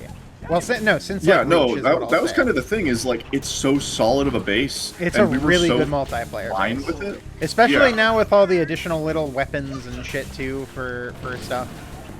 There's Yeah. like all those new weird weapons that they've added that are kind of neat. Yeah, we just eventually it eventually got to that point where there was like a year without any substantive updates, and we were like, okay, well, yeah, we move on to other games. I mean, that's also not even like, I don't know. I think Halo's in a weird cross position for that, because when 5 came out, it wasn't the norm to have to like constantly do seasons, or like it was, but Halo 5 didn't do seasons and like stuff the same way that Infinite's trying to do. Infinite is trying to be Fortnite. Everything is Fortnite now, right? So every game is copying its shit a little bit. Yeah. But Halo doesn't lend itself to that. Like when I think back to Halo 3 and stuff, aside from those like DLC packs that they released, there wasn't like constant updates for older Halo or anything like that. Even with 5, I don't remember there being constant updates, but people kind of expect that now with multiplayer. I mean, that's stuff. the thing, is there was. Here's the issue. Here's my issue, maybe. 343 now almost exclusively relies on Forge mappers to make that is one thing I sure noticed. But okay, to be fair, so did Reach. I remember so many maps in like the multiplayer rotation that were just like a custom map that was really popular. Like, well, wait, was that for custom games, or was that No, that was for regular multi. You don't remember like all the Halo, like the Forge World maps and shit in Reach that you would have to play in multiplayer? I remember tons of it. Every single time I go back to it, I get really that only same... remember one that I could identify as like a Forge map. Oh, there's a few in that game that are like in regular rotation and were in regular rotation. Yeah, but that was the thing, is I was always under the impression those were maps that Bungie made in Forge. Like those weren't just maps that got popular and then they were like, oh well, we're not gonna make any more updated maps, because yeah, Bungie also had DLC packs. They did. That was the main thing, which isn't really done anymore now with multiplayer games, which is odd. And so for 343, for 5 and for 5 and Infinite, they've done a few like update ad maps that were like very obviously like new maps, and those are the best ones. And then there is a Forge recreate of fucking Lockout or whatever. Oh, that's my bad. And I don't know, they just both aesthetically. Where's my sniper? It's back here. Where's my sniper? There we go. Aesthetically, oh my it's god, just I didn't even realize that I had 49 ammo in this thing. They fucking That's so funny. crank how much ammo you have in all your weapons in this game. It's awesome. God fucking damn it. There we go. Can't Instead. aim for shit. Hey, you're doing pretty good, all things considered. Oh, we kind of we hit him with that double penetration right there. Yes. But yeah, I don't know. I get really cynical when it comes to Halo. I can understand that, don't... but as much as people like complain and talk about it as a franchise, there's a lot more good in Halo than there's ever been bad. The only genuine bad game definitely. is Halo 5, and even that had like good multiplayer in a lot of respects. Yeah, that's kind of the thing. Is I think mechanically, I really like Halo 5. I think that if there was just the story and like aesthetic and you can't skimp on some the of the design of the levels was just not great. But even then, there were some levels that at least from what I remember, I enjoyed quite a bit. As like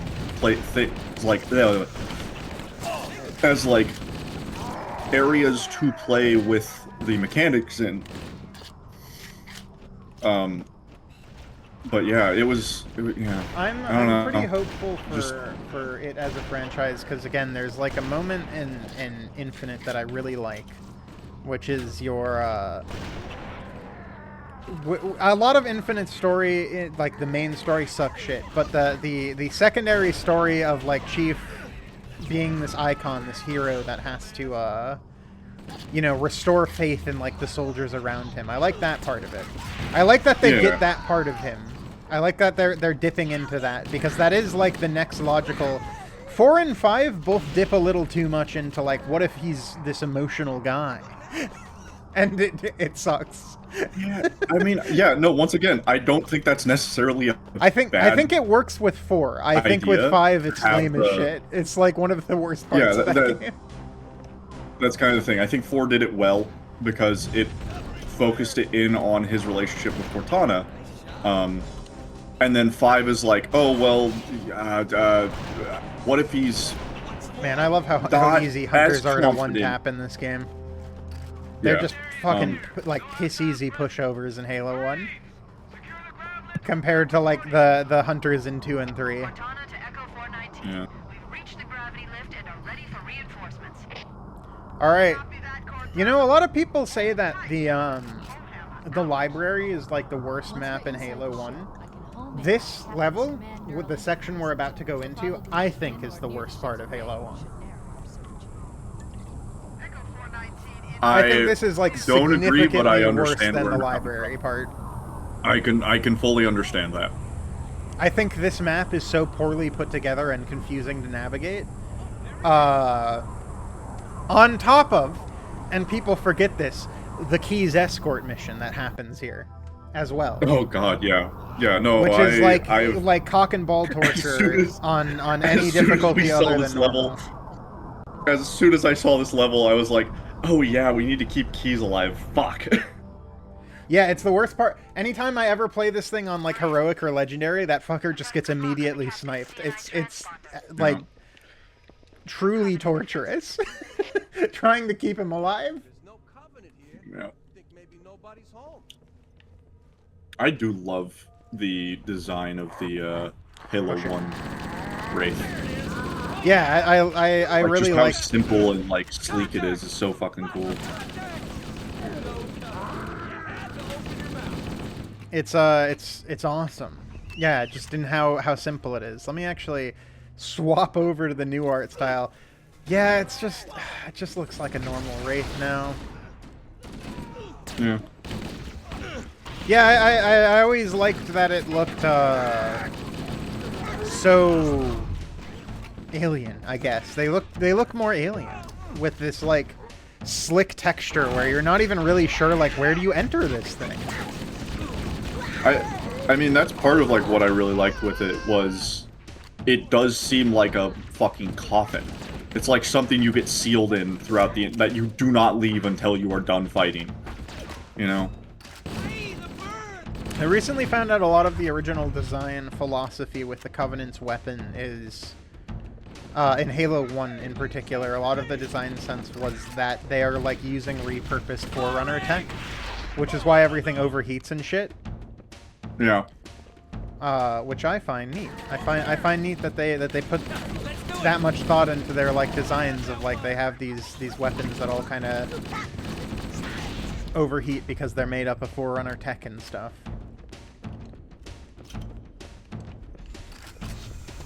Oh fuck me, not more of these.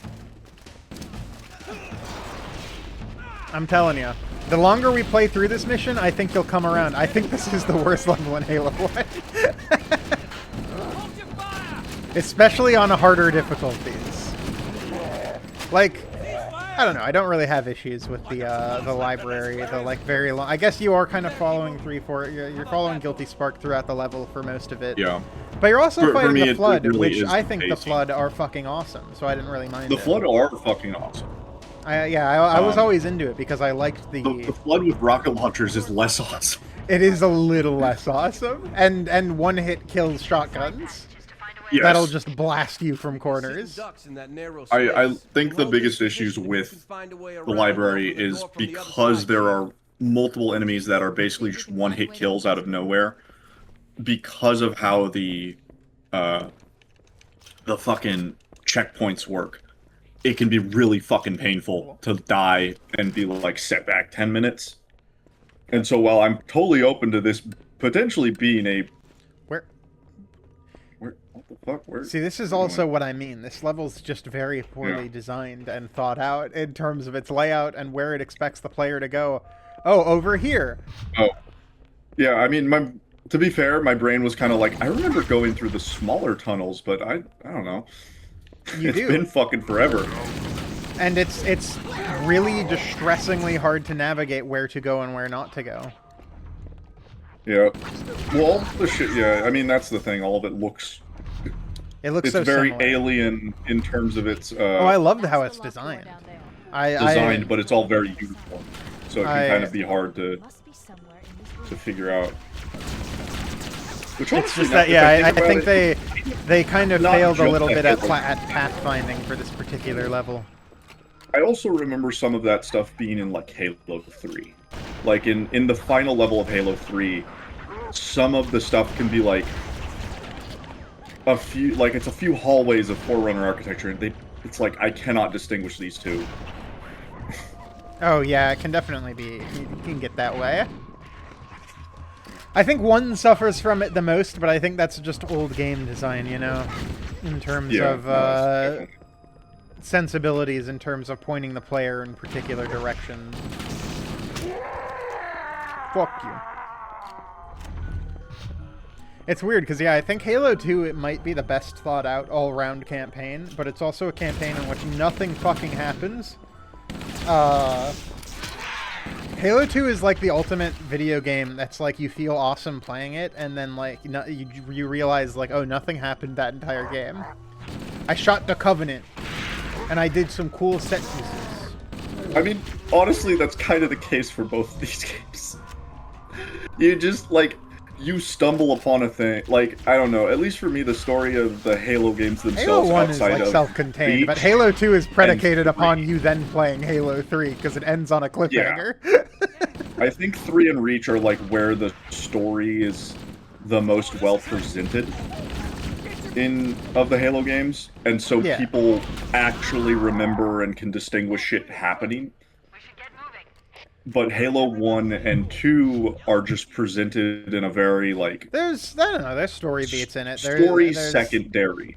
There's, like, so you can kind of miss things. Yeah. I don't know, the main story, I think, is presented pretty okay with, like, you know, you have the Guilty Spark and all this shit. Yeah. That's kind of neat. But, yeah, no, I mean, it is definitely a little bit more of a brain turn off and I pull the trigger type game, which I also like because every time I play, I'm kind of just playing this game on autopilot while talking about shit. Okay, so here's the worst part of this fucking map in particular. I think this particular section can suck my an amazing balance. Yeah, I think the Halo games hit an amazing balance overall of being both something you can enjoy paying attention to and both enjoy, like, kind of just fucking having on in the background. I mean, it also helps I have played these games like a dozen times over on multiple systems. Also true. I have played it on every single difficulty. I mean, shit, I remember, I kind of hate that they included, I get why they did it with the Master Chief Collection, but I also kind of hate the fact that they removed the Skull Hunt. Like, they're still technically there, and you can find them, but you can also just enable them all by default. One of the most fun parts of, like, 2 and 3 for me was finding all the skulls and shit. Like, 3 in particular. There were, like, puzzles and shit you'd have to solve to get, like, the I Would Have Been Your Daddy's skull. You'd have to, like, go to secret sections of the maps and stuff. You'd get, like, really intricately familiar with the maps and stuff. Is there even, like, skulls you can find in-world for Halo Infinite? Or 4 or 5? Yeah, no, there are. There are? Okay. For Infinite, yes. I don't remember because them it's all in 4 or like 5 at all. Well, yeah, because it might be. I don't think those. If I remember correctly, 5 was like challenge based. You had to do certain challenges, and that is what. Oh, that's so lame compared to like solving But, puzzles. But yeah, like, because with the open world in Infinite, you could find those, what were essentially radio towers, and then that would reveal the spot of where it was to you. And they would be, like, out of the way weird fucking spots, so it kind of hit a good mix of making it not completely out of the way and obtuse. I think but 3 still providing did a challenge. my favorite, which is they did kind of make it feel obtuse. It felt like, it felt very on par with the old, like, Call of Duty Black Ops Zombies Easter egg shit. Where you'd have to, I remember for I Would Have Been Your Daddy, to get that skull, you had to, like, jump through hoops in a specific level out, like, in a specific order to get the skull. Which was awesome. Were you a COD Zombies guy? I was for a bit, yeah. It was very funny, because I was for Black Ops 1, Black Ops 2, right? And then I didn't really get into Black Ops 3, and I've never really been able to play those zombie modes since, or anything.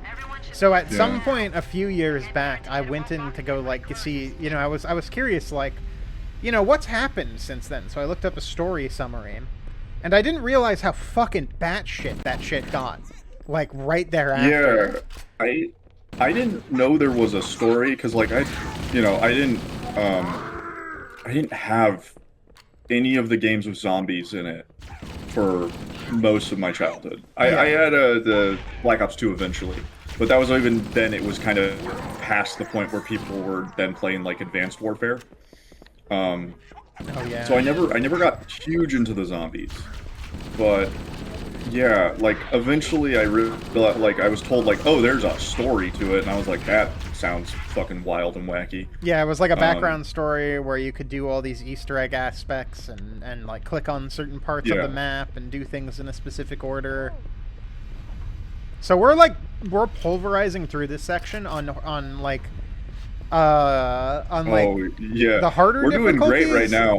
But I remember playing this shit on Legendary. Yeah, I think that's part of why I'm so, like, against this particular map, is because on harder difficulties, this particular section is like the go fuck yourself section. Yeah.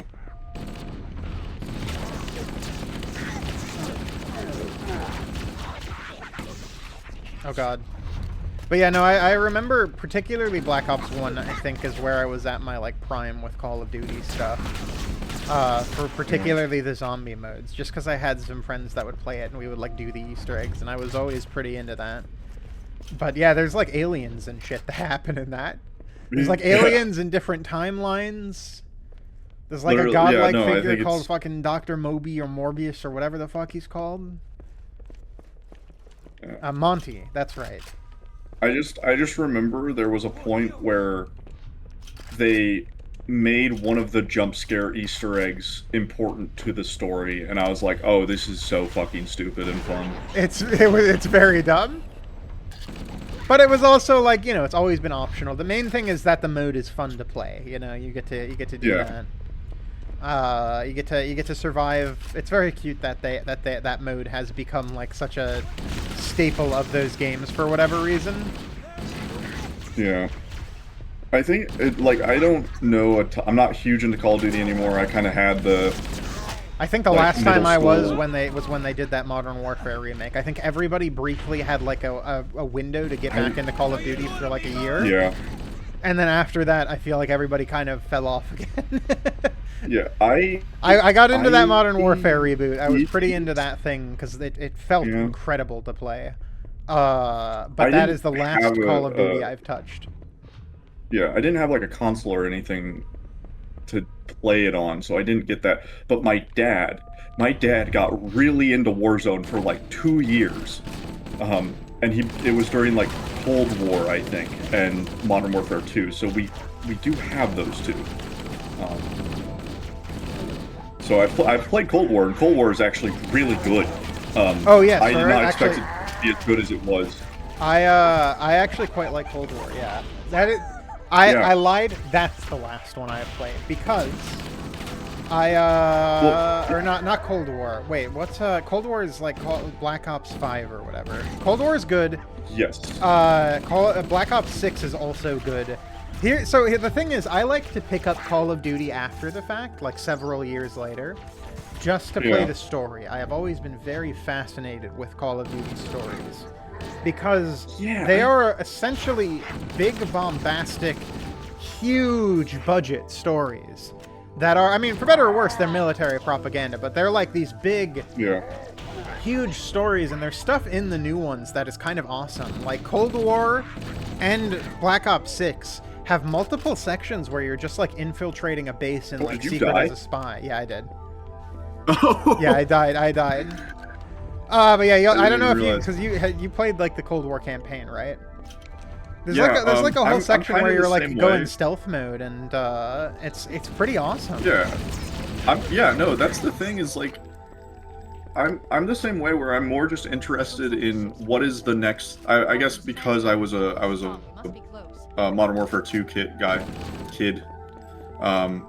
I have a little bit of, okay, well, what are they doing with these characters that I have a fondness for? Yeah.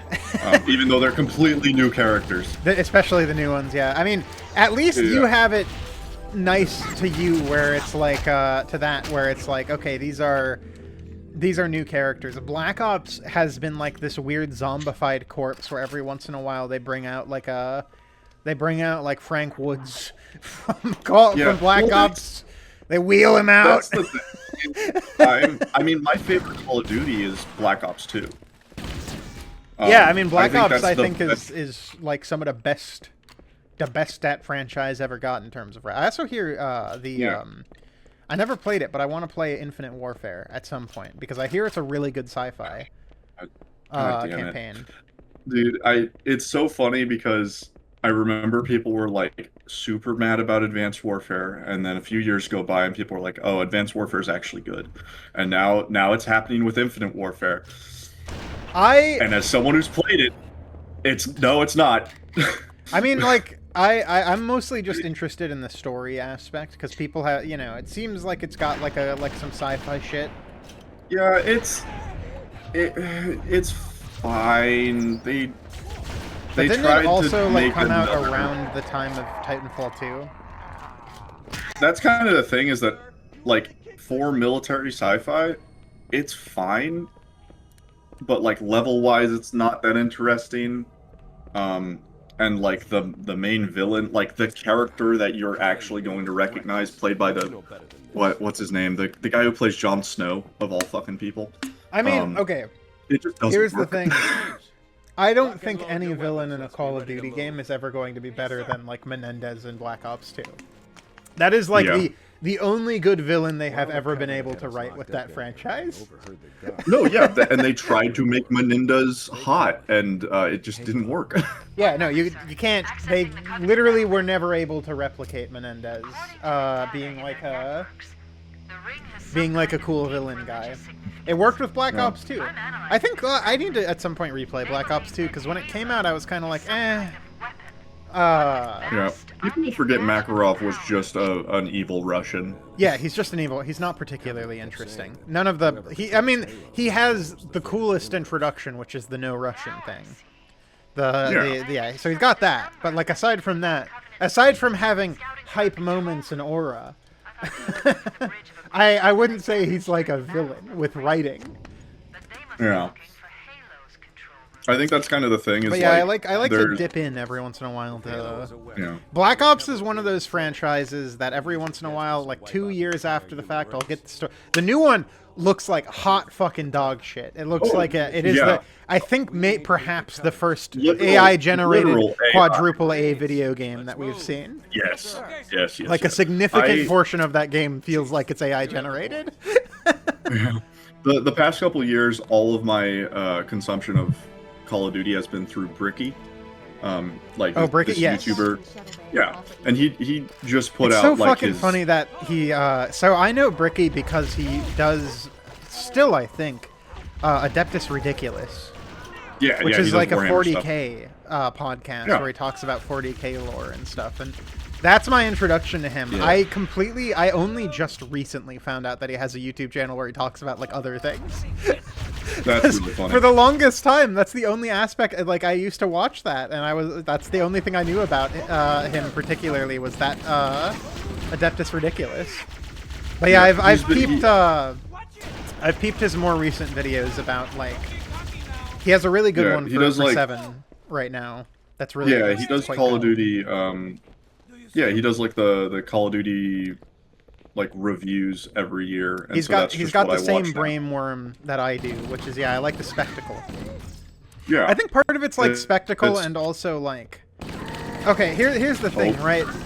I mean what I'm making online, Demenz's Gate stuff. Well, it is technically reviews. It's also kind of its own unique thing, right? But I do consider myself to be plugged in. I'm on the verge of being considered like a games journalist in some respects. Right, Yeah. like I'm plugged in. I'm talking about video games. I am reviewing them and stuff like that. So I like to get like a temperature check to see where the industry is at, and the two best things for Yeah. that are Call of Duty, because that's like the industry leader, and then Fortnite. Every year, about once every year, I'll dip back into Fortnite. I'll check it out. I'll be like, this is the most polished video game ever made. I can't believe how good this thing plays. And then I'll Yeah. I'll get like a temperature check. You need like a little temperature check, just to see where everything else is at in the industry. It's so surreal watching Fortnite be the biggest fucking thing in the world because I, as a kid, followed that game before it came out. Like when it was, No, I remember when it was like, just the just the base trailer builder, and and I shit. remember when it was just the like, And I oh, was you're like, this building a zombie this base. looks so fun. This looks so fun. I got it for like $30 on my Xbox One. I played it for a little while. I realized the like character management card upgrade live service system that was built into it was fucking bad, and I didn't want to play it, and I stopped playing. Then the Battle Royale came out, and I was like, oh, that's fun. Yeah, I've never. It's PlayerUnknown's Battleground, but good, awesome. Played it for a little while, and then kind of dropped it. And I think the first Battle Pass I bought, and then I just left it.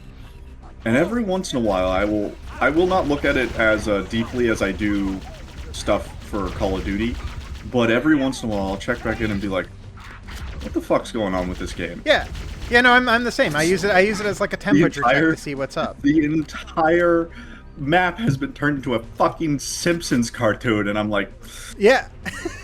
I mean, Okay. there's like events and stuff now. The last Right. time I checked, I was perplexed because there's like theater modes, and custom lobbies, and like unique game mode. I mean, it's basically the new Roblox in a lot of ways. yeah. I did see one thing that I thought was really cool, which was like this was like years ago at that point, I think. It was like things were like casino bank heist themed. And I was like, oh, that's really cool. I'm also- a massive Payday fan, and it was right at the point where Payday 3 was like had come out. We were like, fuck, this is bad. But there's some downtime, let's see how they cook. And then Fortnite did their thing, and I was like, maybe this is how I get my fix. You got to get it somehow, Oh, No, I dipped back into it. The last time I dipped in was when they released the Alan Wake 2 skin, because I was like, oh yeah, baby, Alan Wake in Fortnite. Hell yeah, let's check it out. Yeah. But every time I go back to it, it is one of the most polished feeling video games to ever release. it feels incredible to play. It is so smooth and responsive in terms of just how it plays, how it everything. I just wish it wasn't. I wish the company that made it wasn't evil.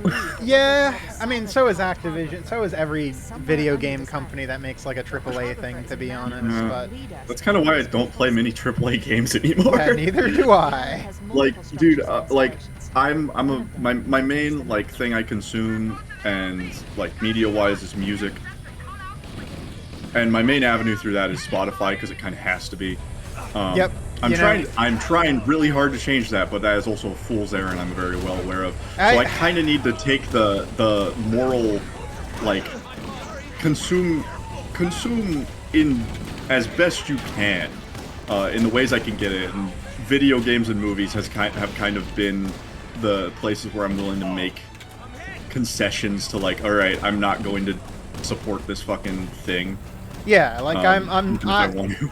I even for my yearly dip in, I ain't giving that new AI generated piece of shit any money. Oh yeah. For Call of Duty, I ain't doing it. It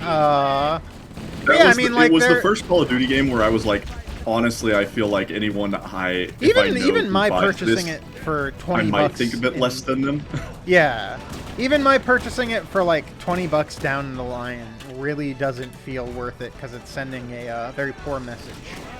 As to also, what like, just from what I've looked, it's not even worth 20 fucking bucks. Like, it isn't worth it for even the point of, like, oh yeah, let's see what's happening, because just watch it and you'll get the exact experience. Yeah. Watch it and play the games that came out last year, and you'll get both of what is needed. Yeah, I think the only real difference is just multiplayer stuff. Is you know, every Call of Duty got that multiplayer, and it's nice to be in it in the moment.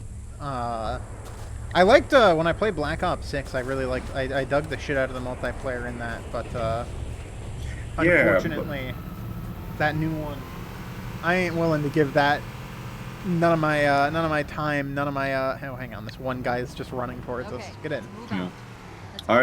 Oh, so this is like the big bombastic mission. This is like the. Yeah. This is the showstopper mission.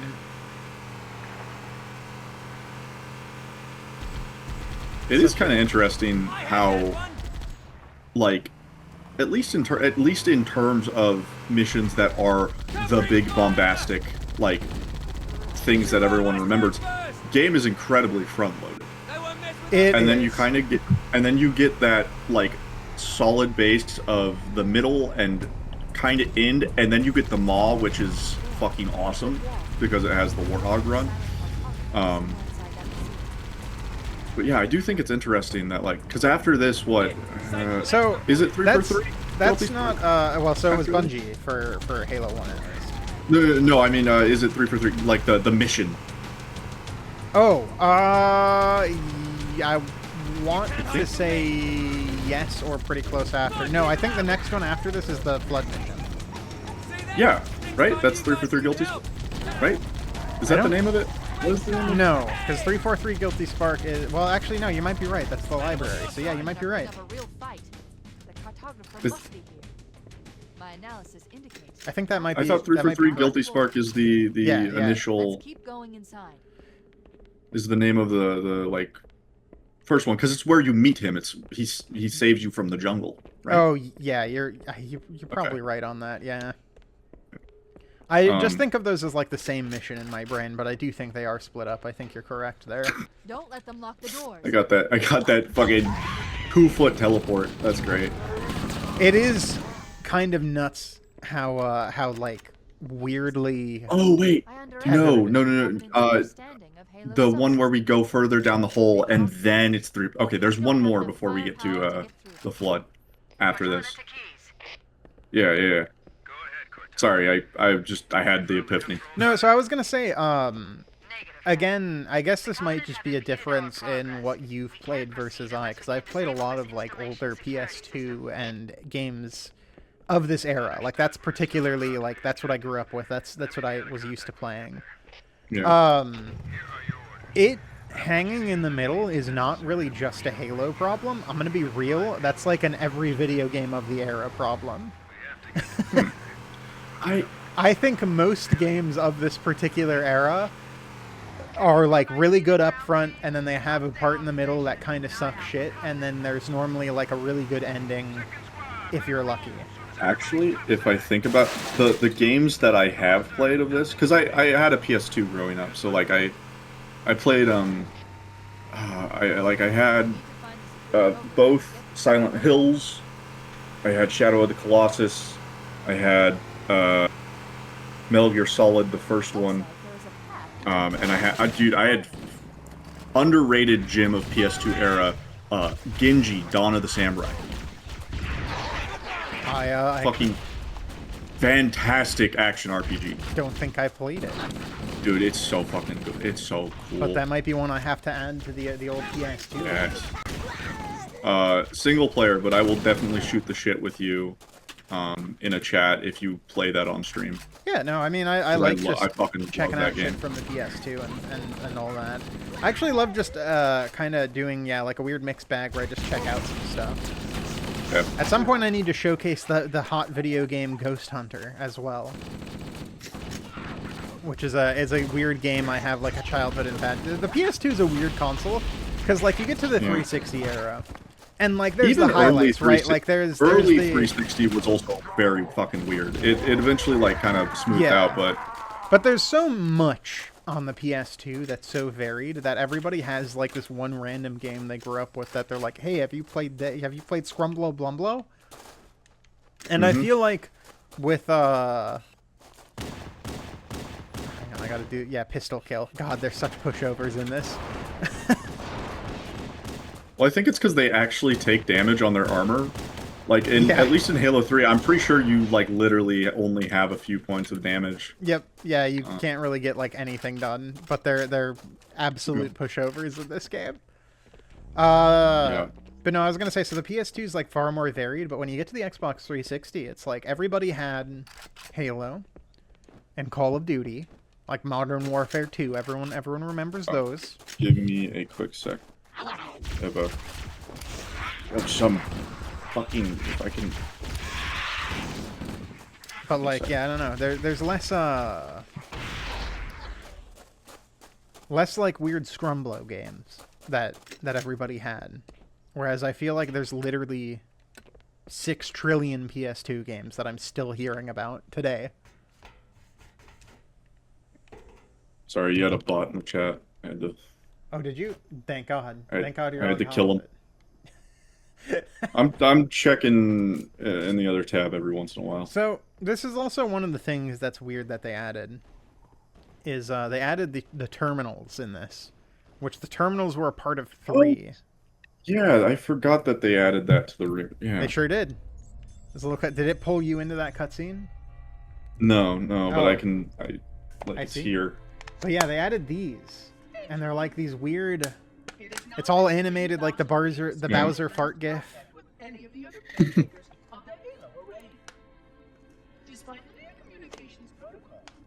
It adds a little more backstory, which is kind of cute to it, even if it's all. Yeah, I feel like if they did more of this with the more recent Halos, like that would be perfect. It's one of the few additions that I'm fine with, just because Halo 3 already kind of established this as a norm. There's all the terminals in Halo 3, which are awesome to get, and this is kind of an extension of that adds a little bit more of backstory and stuff to Halo 1. Not that I really even think it needs it, because Halo 1 does have such a simplistic story, and leaving so much open to interpretation is kind of nice. Yeah. But you know, again, it's one of the few additions I think isn't too bad. And yeah, I do hope they keep it to some degree in the new one, just because I think it's like a neat little thing. Yeah. At this point, however, I'm not sure who I file logs for. 2401 may be destined for madness. There are fail-safes for this, I know. Also, hi chat, how you doing? How you doing, the bits of chat that haven't left me? Because we've just been talking about Halo and complaining about Infinite. And also, hang on, I'm gonna quickly go grab food that was dropped off for me. Yeah.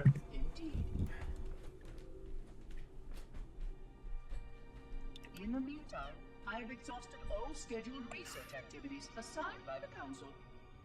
Once those experiments were complete, I shut down all Sentinel function and put myself into a state of significant hibernation to measure performance of the installation with a manageable upkeep.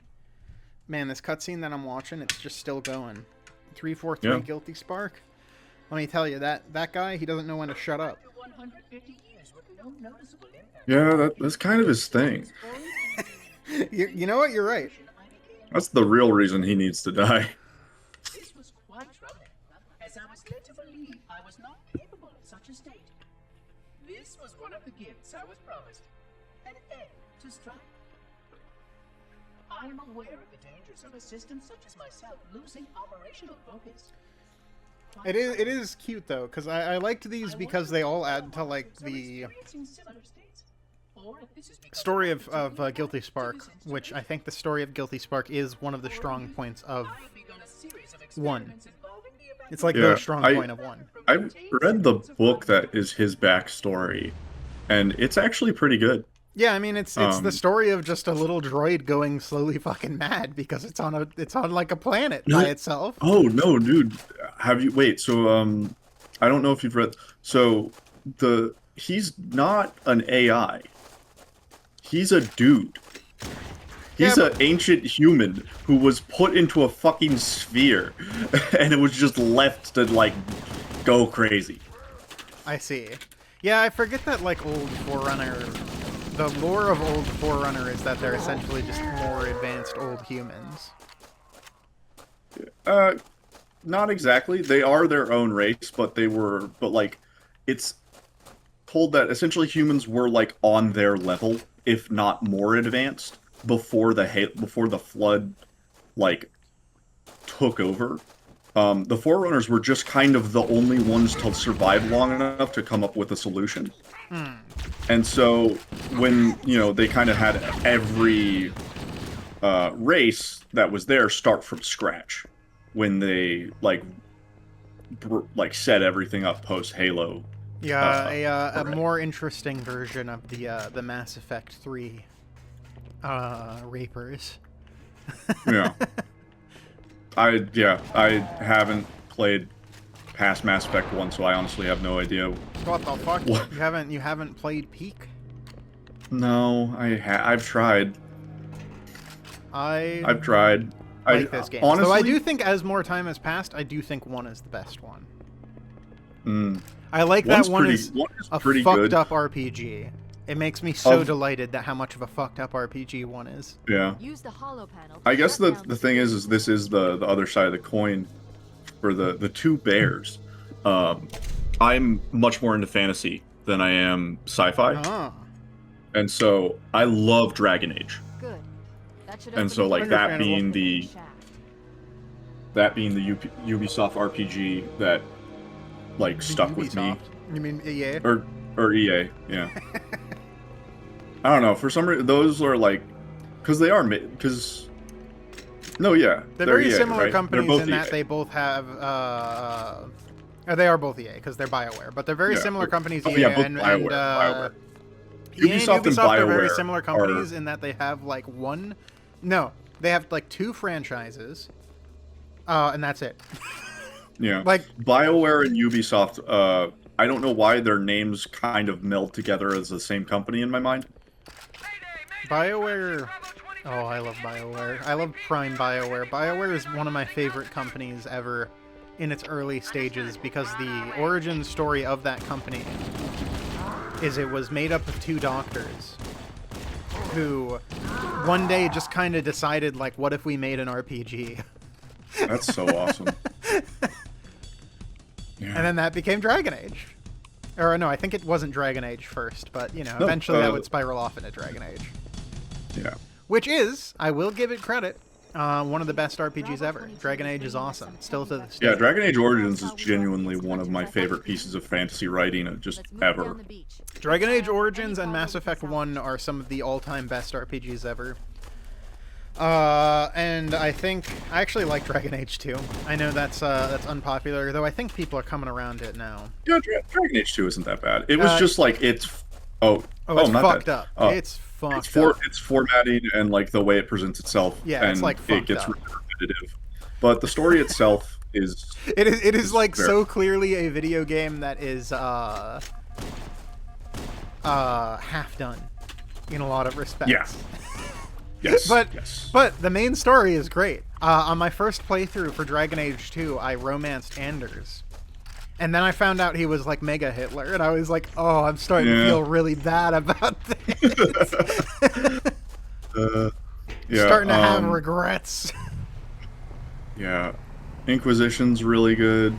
It gets it's a little too long. It's way like too there's fucking a long lot of busy work. For my fucking taste. Veilguard's weird.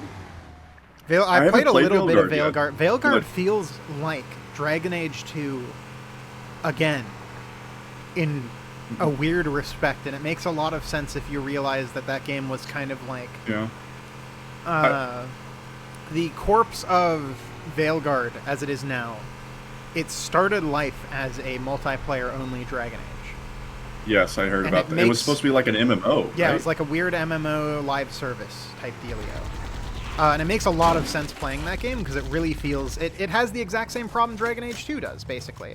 Where Dragon Age 2 feels like it's this weird pieced together game where you're like reusing a lot of areas and assets and stuff. And Veilguard kind of has that going on too. But I find it really charming. Just in the same way I found it really charming with Dragon Age 2. Like, it's not the best thing ever, and yeah, it sucks to reuse the same levels over and over again and walk through these very linear levels and shit like that. But also, God, I preferred it over Inquisition, which was just too open. Yeah, I think the thing I had to learn with Inquisition, which actually, funny enough, I was about to bring him up, Noah Caldwell-Gervais, like, he very much put into words the same thing that made me kind of pop, like, that made me kind of bounce off Pacific Drive at first, which was, there's a part of my brain that's, like, very completionist, and so I want to, like, do everything as soon as I see it. No, I I'm have just that gonna same exact shit. fill out the map, and that ruins Dragon Age Inquisition for me at first, and then I just had to fight against that instinct, and I had so much of a better time. Yeah. And everything went quicker, and it's the matter of, like, not knowing what is going to be worth like sticking around to do. I will say, what you might like we do Veilguard here. because Veilguard, we just walk over here. But you might like Veilguard because it doesn't have that issue, basically. It removes that issue entirely from the equation of Dragon Age Inquisition. I think Veilguard is a better game. It has some kind of questionable writing in areas, but that's also not that much of a surprise because BioWare's writers left en masse after Mass Effect 3, and it has been a consistent suffering issue that company has had. Yeah, Mass I Effect watched... 3 killed that studio, and even though BioWare is still technically alive, even though Inquisition is somehow remarkably written, after it's really Inquisition, good. it has some good character moments. I think Inquisition's story is like whatever in comparison, but I will say it is the last time a BioWare game has had like a cast of characters that's been like good. Like, I genuinely like the Inquisition characters. Even Veilguard kind of doesn't have as good of characters as Inquisition. That is kind of the thing, is I totally understand why people will be like, yeah, Inquisition isn't that strong. It very much makes you work for the good parts of the character writing. It does. Yeah. But also, like, the character writing is strong, and that is, like, the stronghold of BioWare, I feel like.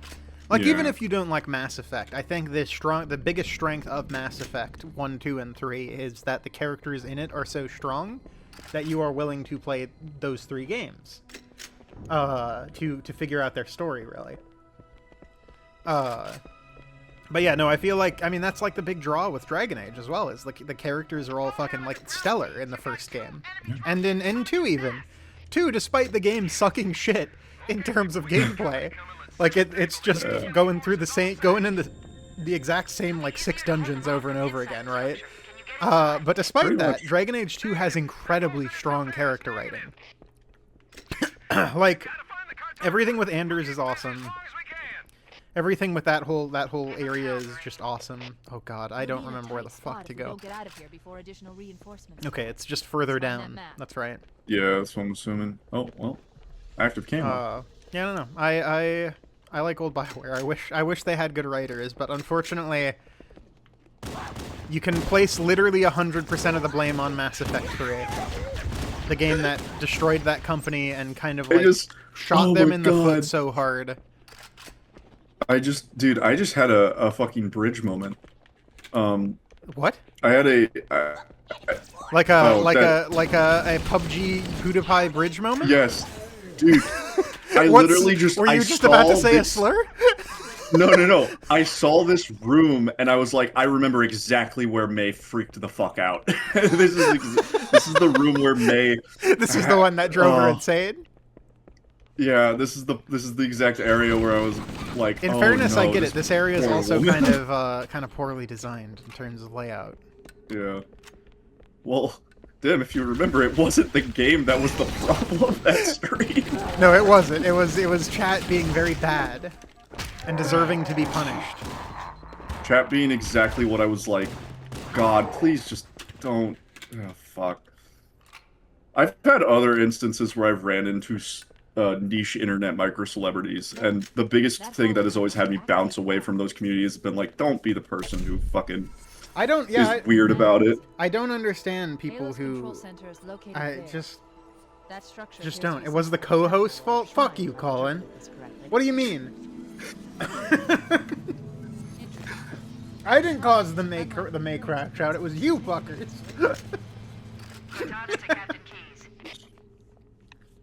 Yeah, this is where we made it with May, and then that happened.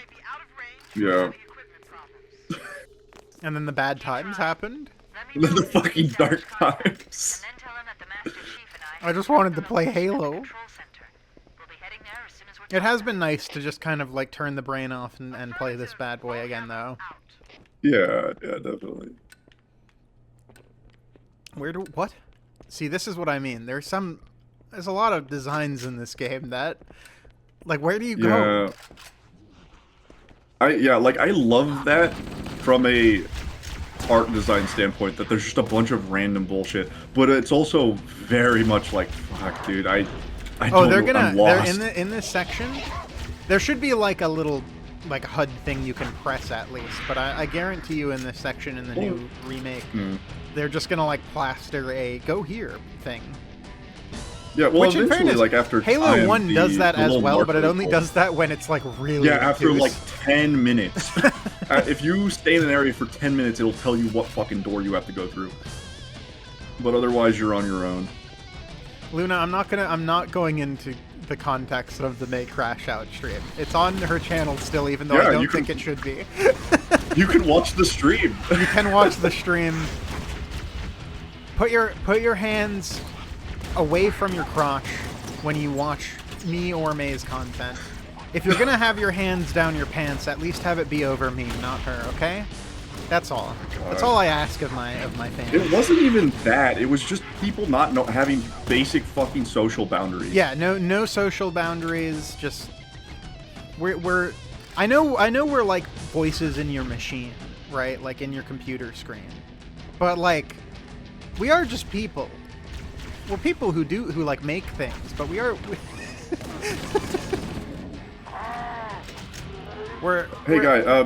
Making things is not. Hey, that, anyone can do it. Making things does not turn you into a. Oh damn it! Into another being. In Believe fact, you it or can not. make things. Yeah, you can. You can make things. You can And then insert you can- yourself into Yeah. 3-channel awesome movies, for instance, Exactly. with your friends. Dude, that was so. Ah, fuck. I could gush so much over that. I'm already planning if they do Santa Christ 2.0. Yours already I- had me in the background, and I wasn't Yeah, expecting no, the fact dude. we got That NA. was so fucking. I was so proud of myself with It's that. it's very akin. That clip is very akin to the Germa Thanksgiving video that I watch every single year on Thanksgiving. Yes. Where he has his gigantic axe. I already have a sequel clip in mind for next year if May is so inclined to add. Yeah, I have those no in. idea where we go after that thing. It was a very fun project. I was so happy to be able to like be in a significant part of it. Yeah, no, it was great. To forcibly insert myself and my channel and my lore into this stupid passion project. It's funny because I missed all your Alan Wake bits. You missed all of the Daniel bits? Oh no. The very last one. I caught the last one because I was super busy that day, so I had to jump in and out. But I've since then rewatched the stream basically. I'm glad that Alan Wake is in the mind of people that is it is kind of crazy how that's like happened, but also I should specify I've had a lot of that stuff written before Alan Wake 2 came out. it just fucking like a lot of the stylistic wild. So a lot of the stylistic choices I had in mind for like the remainder of the series I had in mind like prior to Alan Wake 2 even being announced or a thing. That's so awesome. I love that. So, and I can't lie and be like, oh yeah, it has an influence to some degree, because that's kind of just the Remedy style. Honestly, a lot of that stuff came less from Alan Wake 2, but more from Control. I like the idea of the like fading in and having different people talking and the different thing. A lot of Remedy's swag Max has no Payne doubt 2 for me. Yeah, that's the main thing I like. Narration wise. I cannot deny that Remedy has its influence on me. It always has, because I've been a Max Payne girly forever. I mean, that's why I don't know if you've ever actually watched the the Max Payne streams we did ages back on May's stuff. No, yeah, because that's from the before. I've done my research. Yeah, no, I did like entirely unprompted bits where I was like, I just want to recreate intro cutscenes for Max Payne. So I'm gonna do that. Oh my god, I don't know where to go again. I think it's this way now. I think we were going the right way. I just fell off. Oh god! Oh god! Oh no! Oh, please, you found it. Please. Oh! Holy fuck!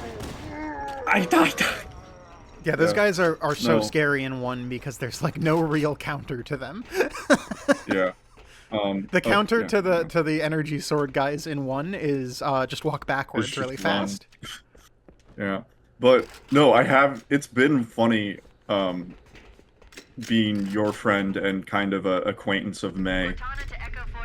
Now that because I have this thing where it's like, well, I know these people, and rather than just interacting with them, I have a fucking catalog of hundreds of hours to just.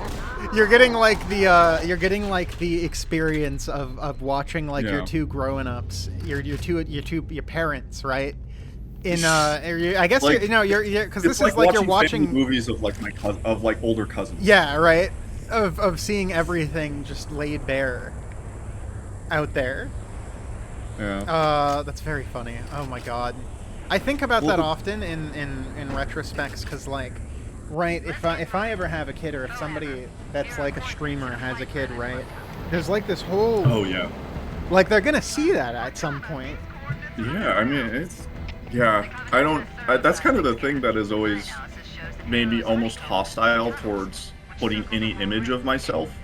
Not that I'm like not that I have a problem with that because I really don't care.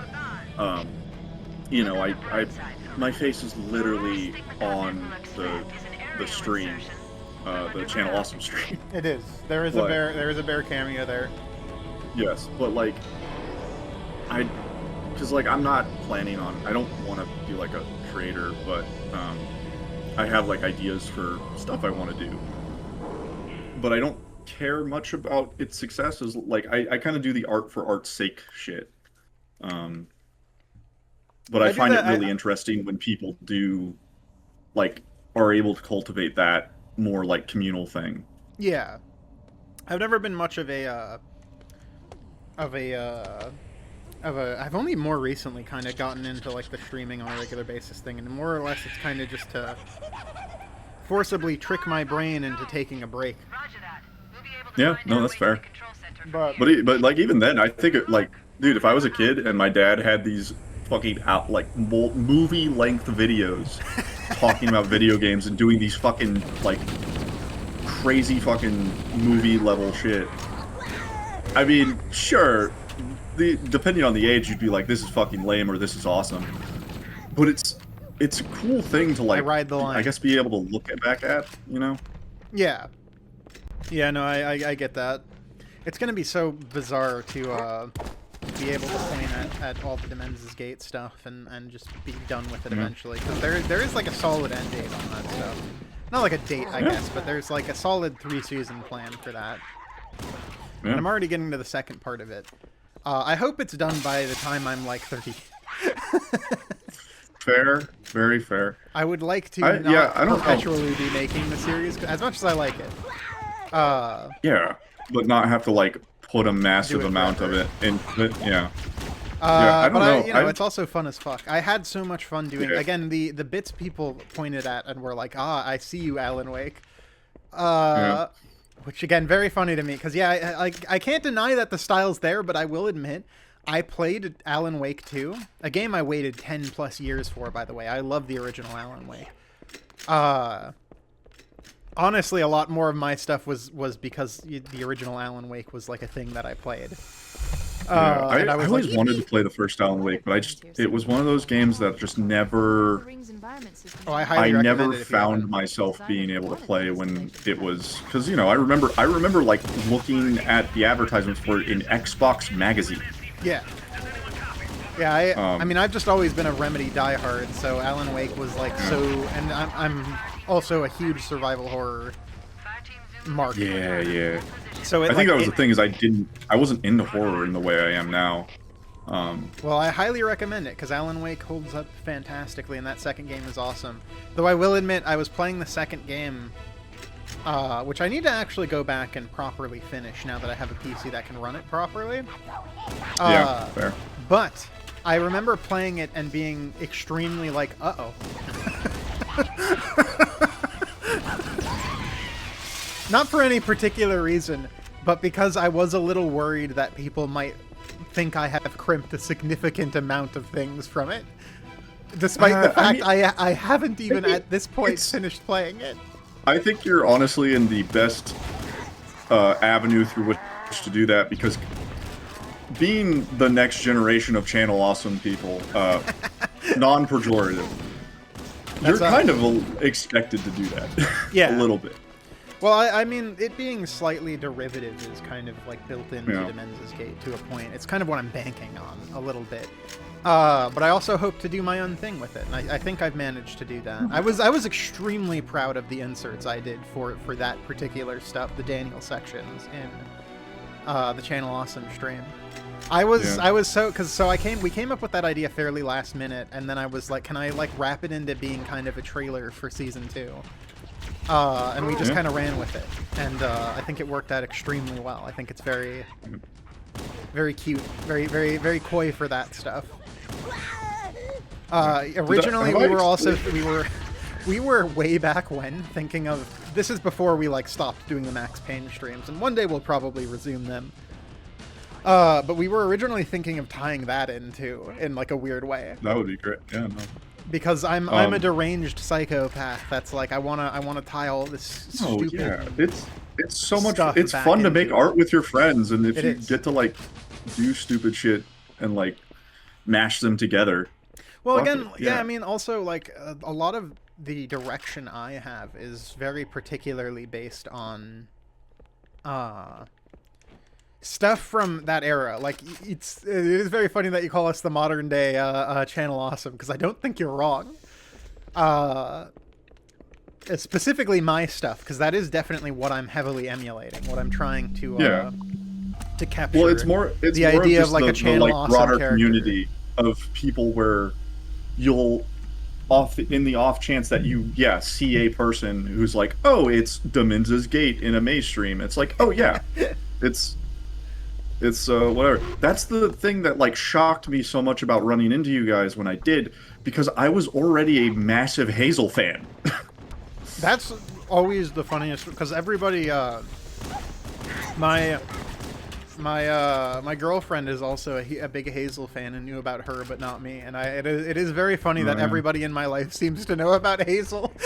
Well, the even funnier thing I found out at this point, I managed to be a fan of her in the most fucking like backwards ass way. I was a fan of. I wasn't even a fan of them. I was friends with a fan of a band called Glass Speech. Hazel did a remix song for them like years ago. I think 2021. And I came across that and I was like, wow, this is honestly an objectively better cover of that song. Checked out her stuff, found her music, liked that. Literally only Vocaloid artist that I've ever listened to. And then I found her podcast she had through her label. Yes, this is because I was looking at like the other label shit. Before Insect, Human Insects, Insects, one, right? Yeah. And I listened to that for a while, and then she mentioned she was making YouTube videos, and that's how I got to funny. The Elfen Lied video. That's so awesome. That's I took the long way around. Yeah, you took the long way around. That's awesome. We have a few people like that who like also knew about May for streaming instead of like other stuff. Yeah. Well, I was first made aware of May. Well, now she's just creepypasta video. Yeah. That was like one of the big things. I didn't realize. I didn't put two and two together that it was the same person, because why the fuck would it be? I still find it so funny that people, when that video launched, thought May and Hazel were like the same person and that it was an elaborate bit. Because that also isn't something I'd put past either of us. I mean, to be fair, it took me a while to be like, wait, are they actually sisters? Yeah, what do you mean? Yeah. And I'm their brother. By blood. Does that make me their brother-in-law? Yeah, I guess so. Yeah. Damn. You're like It's nice to have when you find out about new family. Yeah, that's right. Now you're micro celebrity nepo baby. Dude, fuck. I have another funny story which is completely devoid. I'm not gonna. I don't want to like throw names out there, but I know a person who, kind of at random, just made a YouTube video. It got really big in a particular sphere, and he got a decent amount of influence. But then he also just did nothing with it. God, I wish that were me. There was a few months where there was the potential of a, if minor level, like nepo baby clique of YouTube funny moments gamers that I could have been a part of. I didn't realize you were friends with Vanoss Gaming. Yeah, no, dude, it could have been that, and I'm so glad it wasn't. Is that okay? The Wraith is dead. Good. Yeah, no, I don't know. I appear in weird places, which is very funny to me. Because I'm like I'm not as large of a like person making stuff as a lot of people seem to think. I think it's a matter of like number for a while, but I just happen to know a lot of people who make stuff, so I keep appearing in people's random videos and shit, which I always like. I'm always can't stress enough, always happy to make an appearance in people's random shit or voice a character or whatever. Yeah, that's in my brain the ideal of know the people who get attention but don't be that person. Yeah, well, I'm narcissistic, so I want that attention from me. I want that money. I want that recognition. Yeah, well. It's okay though. I'll get that. You are more than welcome to take it all, sweetheart. Yeah, that's right. That's fucking right. No, I continue to make what I make because it's something that I'm interested in making, and I know that sooner or later, there's probably going to be people who come across things and be like, wow. Yeah. I think it's just a matter of the art that I like to make is not centered around me. It's just like if I make music or if I do photography, I can just kind of put the thing out and I don't have to like interact with other people. That's fair. That is fair. I like to be an entertainer too much. Like I love being a. Yeah, no, I definitely get that because I like in also real be life. Very careful around this because I don't. Yeah, oh, fuck! I'm sorry. Yeah, there we go. I was gonna no, say also if you run into a scorpion in this game while it's moving, you just instantly perish. If you yeah. I remember. I know how the CE. It just has like a death physics box. works. Yeah, no, but in real life, I'm a little known. I'm known in a like a literature community, essentially, of like writers and stuff, just local to my town. And like, yeah, there's a really like fun part of getting together and like sharing your art and talking and networking, I guess is the proper term. But like, there's something really appealing about being like there with people about it, and then as soon as it goes to like an online area, I kind of lose all interest. Yeah, I'm always very grateful at the kind of small size that I have because my stuff seems to attract people who widely either make stuff on their own, which makes me happy, or at the very least are like, creative in some aspect or another, and I think that's kind of neat. Even if I'm around, kind of this lower number and stuff, I just have like a weird amount of people that I know that just make shit. Oh, okay. I rolled right into that one. That one was my mistake. Yeah. I don't know, I want to make shit. I think everybody should make stuff. I think it's awesome to make stuff. Even if it's for nobody but yourself, people should make things. It's cool. Yeah, that is the thing. Like, that is the thing I've really appreciated, because I don't have a huge amount of, like, I describe myself as the make art for the sake of art guy. That's kind of, like, at least for who I've encountered, outside of a very small few, like, niche circumstances, like, the area I live in, which is Southern California, has a really great, like, hardcore music and punk scene, and that mentality is very much there. Yeah. But I don't make stuff in that scene. I'm just kind of friends with people who do. But in the scenes that I do make stuff in, there's a little bit more of a, hey, you want to make a career out of this, you want to put, you want to like make money out of it. And at least for me, I'm in a fortunate enough place to where I don't have to prioritize that. Yeah, that's a losing battle as well if you're talking about like writing. Yeah. I wanted to be a writer, and I mean I am a writer in a way. Oh yeah. I just write my own online web series now, but I started as a kid wanting to always be like a writer, because I was always a kid that just read a shit ton of books. Yeah, I mean, for me at least, my turn. For me at least, I came into wanting to be a writer pretty late.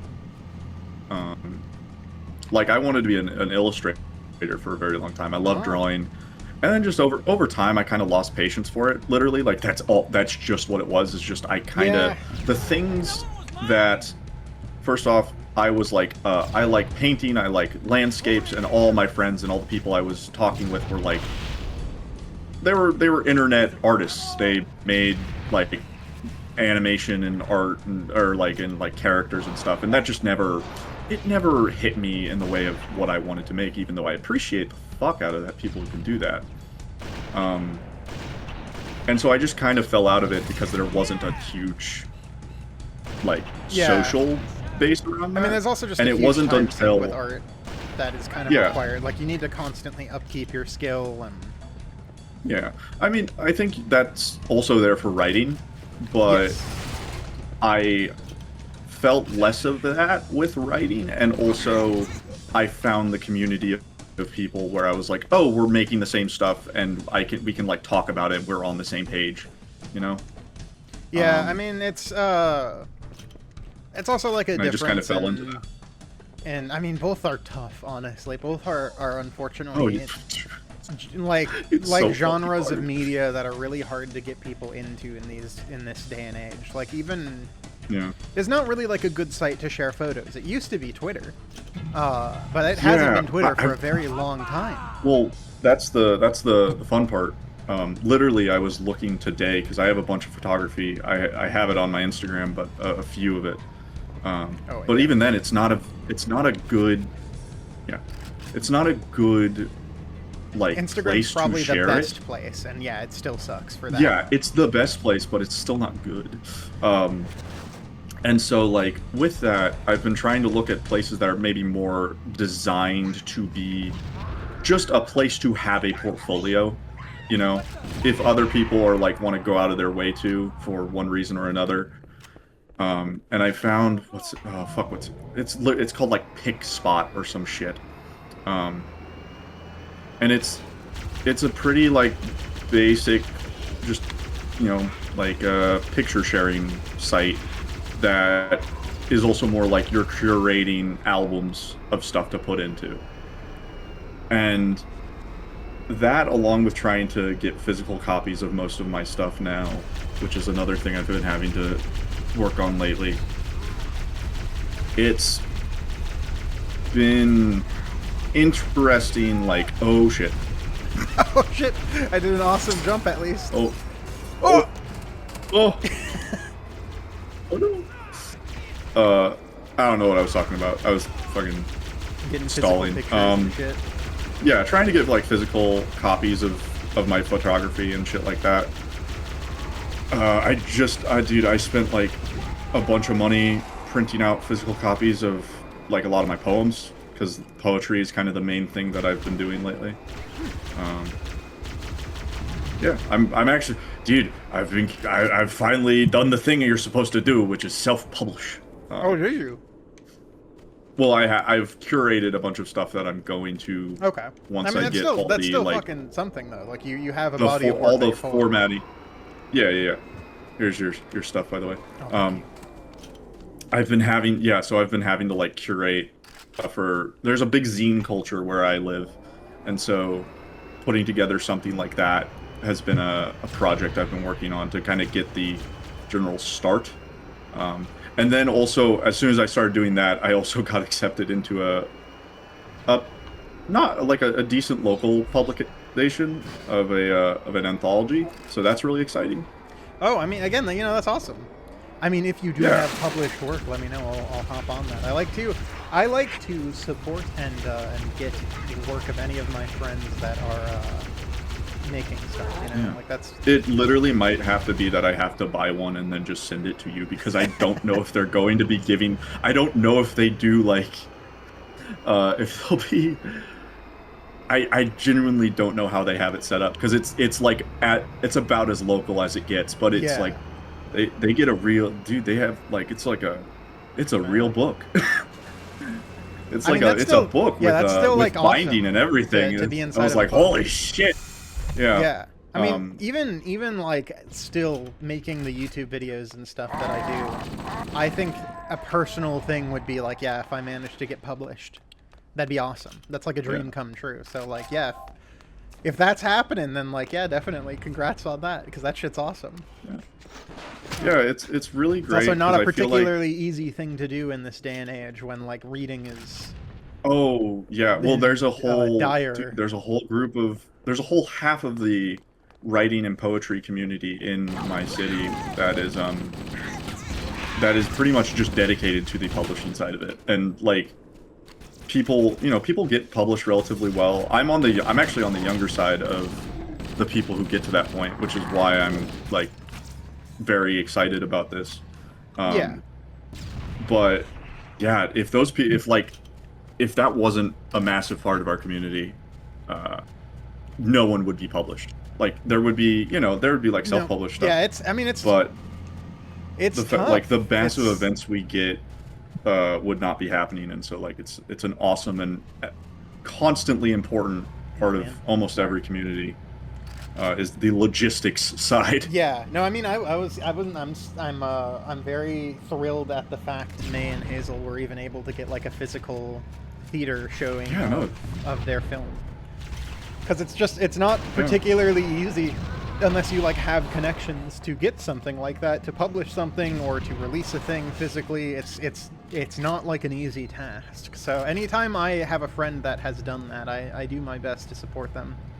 Like my philosophy in life has always been, whatever, you know, if my stuff pops off and I have like a little fan base, that's whatever. But the biggest thing is I like the idea that somewhere, somehow, I might have an influence on somebody that makes them be like, you know what, I can just like make a movie that I want to make, or I can just write that book that I want to do. Well, yeah, I mean, that was the thing, is kind of getting in. Oh, well, we're about to go over the edge.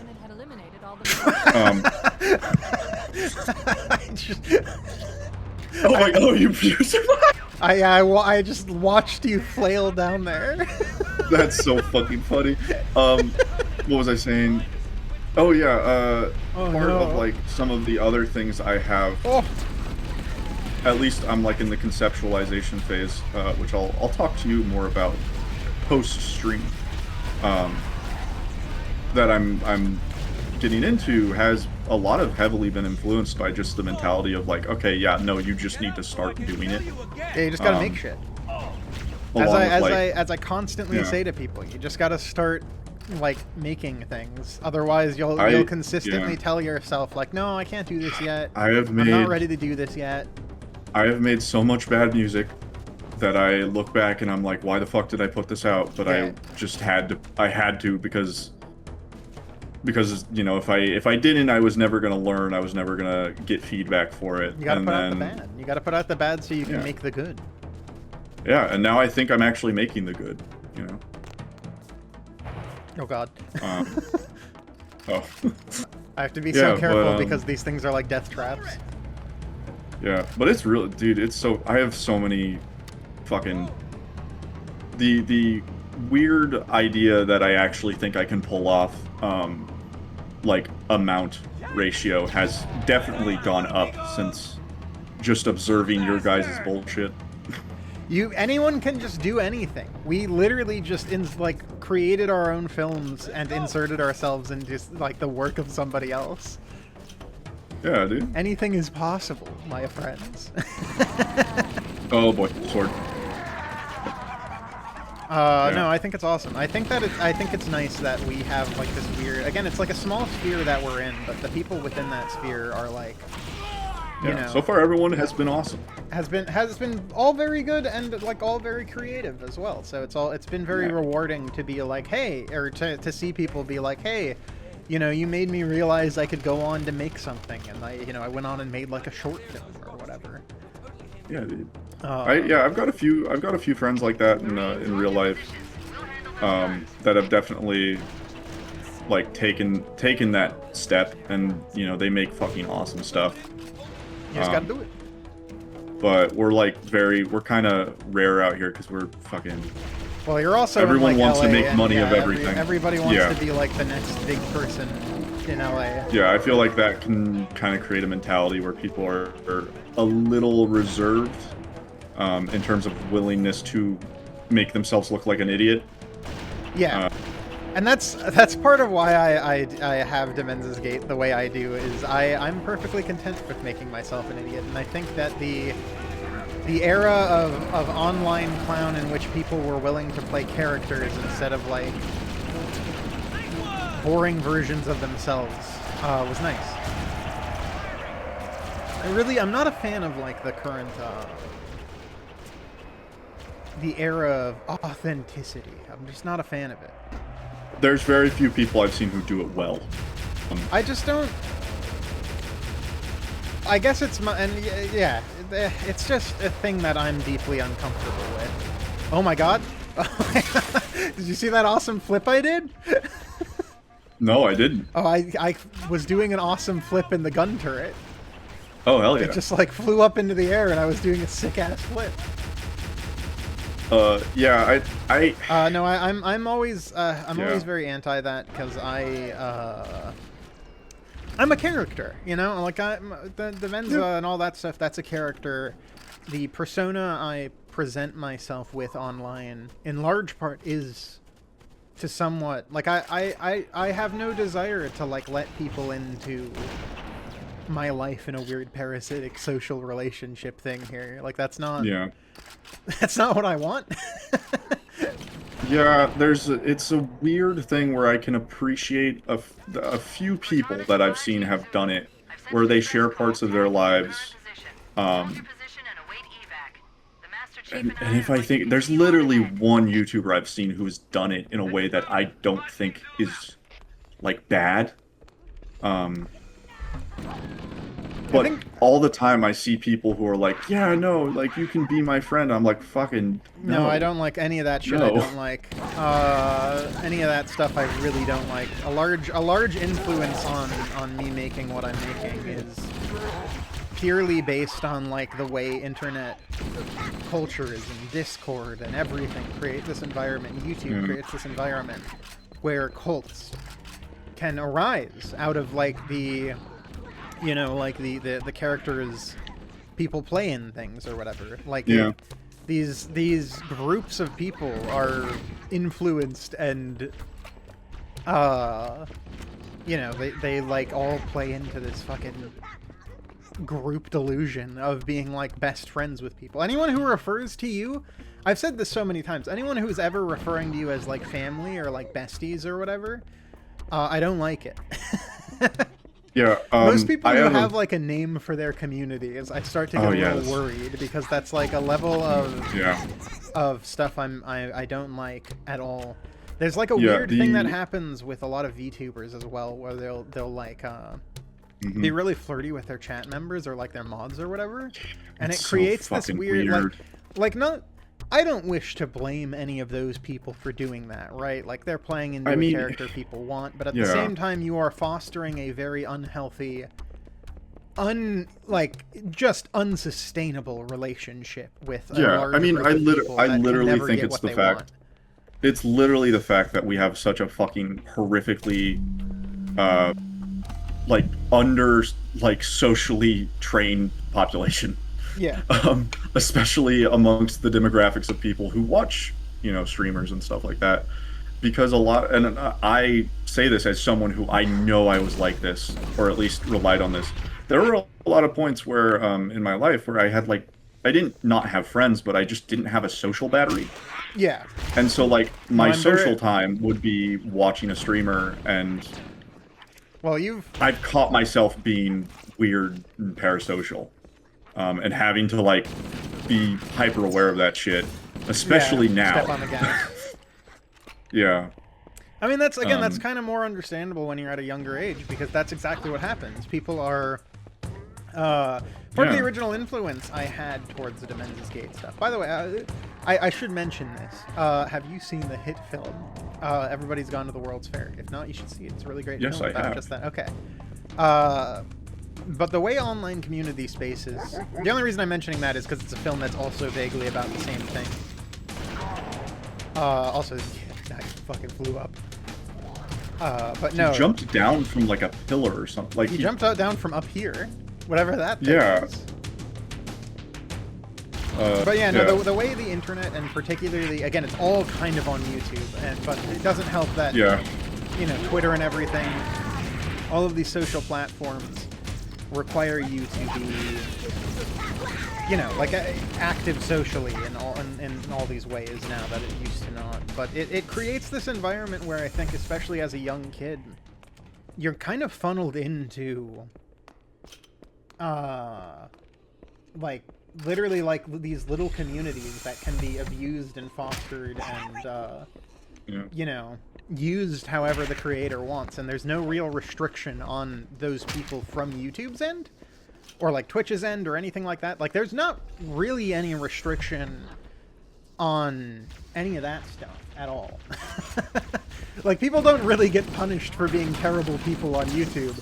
Normally they have to make like a "I'm stepping away" post or whatever on like Twitter and then manually do it, or they just don't. But like, YouTube never steps in to be like, oh, this person has like fucked over their fan base or like tried to have sex with their fans.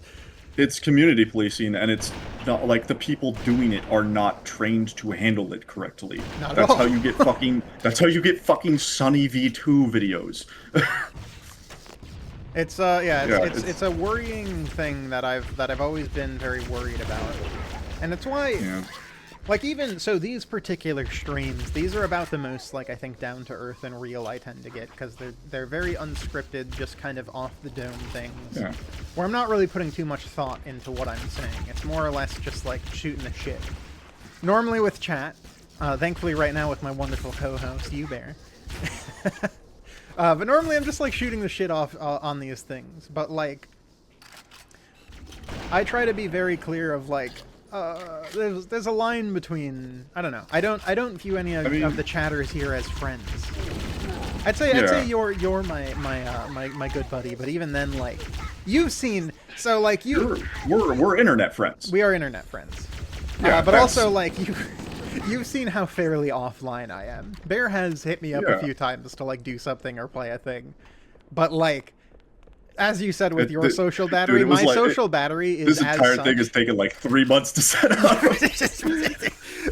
My social battery is as such that like I don't want to talk to another human being. The first thing I do if I ever touch a multiplayer game is turn off any and all microphones.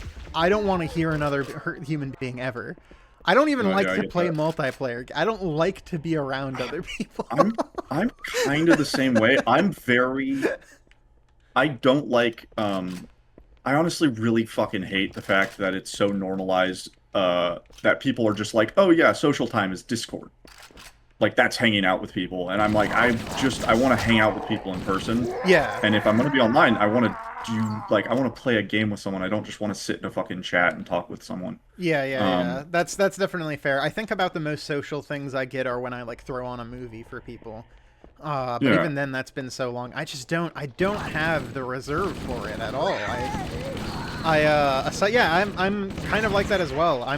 Maybe it's just because of the fact I grew up like right before this shit became the norm. But like, I prefer just talking to people in person or making shit in person. I think so. I prefer that way more than I do over online.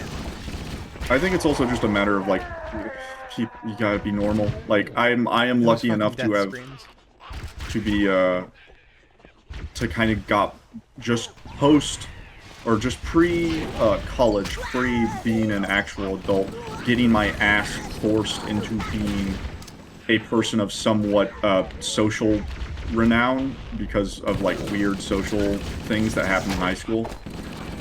And so I pretty quickly had to be like, okay, my actions in a social situation with friends and groups will have consequences, and I have to think about my actions, and that has been the little, very useful. Because I've had this friend will remember that thing in the corner whenever you talk to somebody. And I think especially with these kinds of communities, not this community, but like just online communities in general. I think we fostered a pretty good one, and it's mainly because every single time we tried to become parasocial, we've beaten them with a stick. No, I was going to say, as cringe and as unpleasant experience it was to firsthand watch the Halo stream, I really appreciated the sentiment. That was probably the most like straight up like assaulting people with the stick. Good. That was shoving the dog in their own pile of shit. I don't even think it's a matter of like, oh, the streamer and the people in the community can't be friends. I think that's okay. I think it just has to be done in a very specific way, and both people have to be cognizant of it. I think and when it happens to be the context of like, yeah, exactly. You have and to, also, as a like, creator, that is kind of on you to make it very clear where the line is as well. Yeah. Also, a vast majority of the time, it's like teenagers and adults, you know. If we had met in that game and I was like fucking 16, that would have been a way different thing than if I was a fucking grown up. No, instead you're just a random person I met on that game, and since then I've just enjoyed having you around. Basically, right after that stream, I enjoyed Bear enough. Bear, I think this. So, despite the fact that I have been like unable to do video game shit or like hang out for months because I'm just like completely opposed to talking or being around other human beings most of my life. Fucking fair and But valid. aside Discord from is an that, evil I fucking will app. say, I cannot think of another person that I have enjoyed the company so much of in like such like a 3-hour experience where I was like, no, this guy's chill. I'm gonna like throw him. I'm gonna invite like bring him into my circle because I enjoy Take the this risk. guy. So I think yeah. even if nothing else, I feel like that should be a really good establishment Yeah. of your character to me. I legitimately just think I was massively lucky with the mixture of anxiety that I have and like having enough real life social experience. Yes. To kind of be able to read a room, which it's is nice. not the fault of most of the people that have those problems. But it just fucking sucks that it has to be that way sometimes. Because I've fucking met people random here and there, and like, not So you many know, fucking like not in that level, circuit, dude. but just just meeting like random people online, and like, you know, then you hang out with them 1 or 2 more times through a game, and you start to realize they're a little off.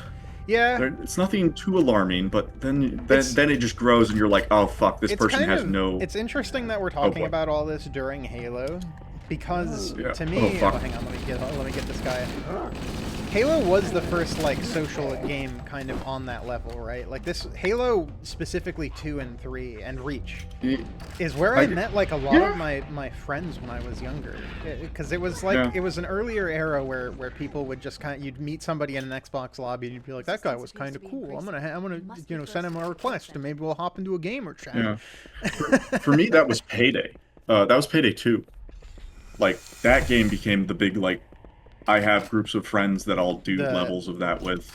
Yeah. I mean, I'm just talking like meeting new people. I met like tons of people from Halo 3. Yeah, you meet a bunch of fucking randoms, and you're like, oh, this dude's chill, and then you just are and your friends. admittedly, I kind of kneecap that with my, again, previously professed rule of I turn that shit off the moment I'm in any video game ever.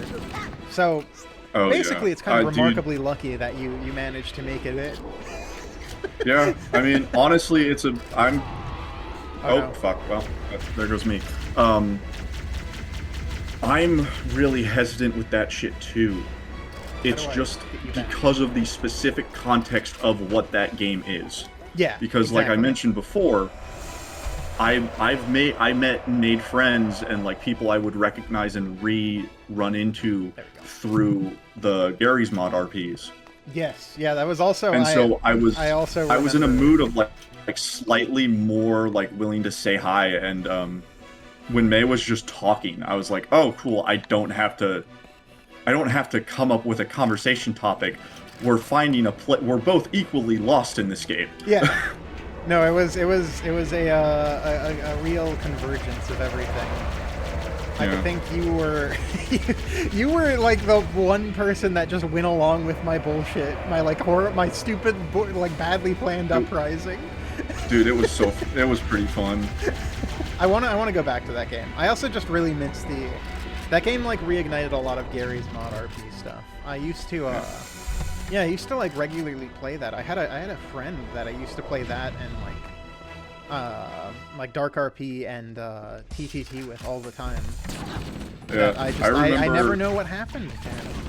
Shout out if you're out there, Stanzik, somewhere in the shadows. Yeah. Waiting. Shout out to Old Sweepy, the player in the Half-Life 2 RP that I played a lot of, who was a Vortigaunt who just ran around with a broom and would just go into social spaces and like start sweeping. Literally in the middle of like people like planning riots and like getting guns and shit, and he'd just be standing in the corner sweeping, and we'd be like, hey, Yeah, Sweepy. he's just taking care of Fuck his yeah. job. Yeah, dude.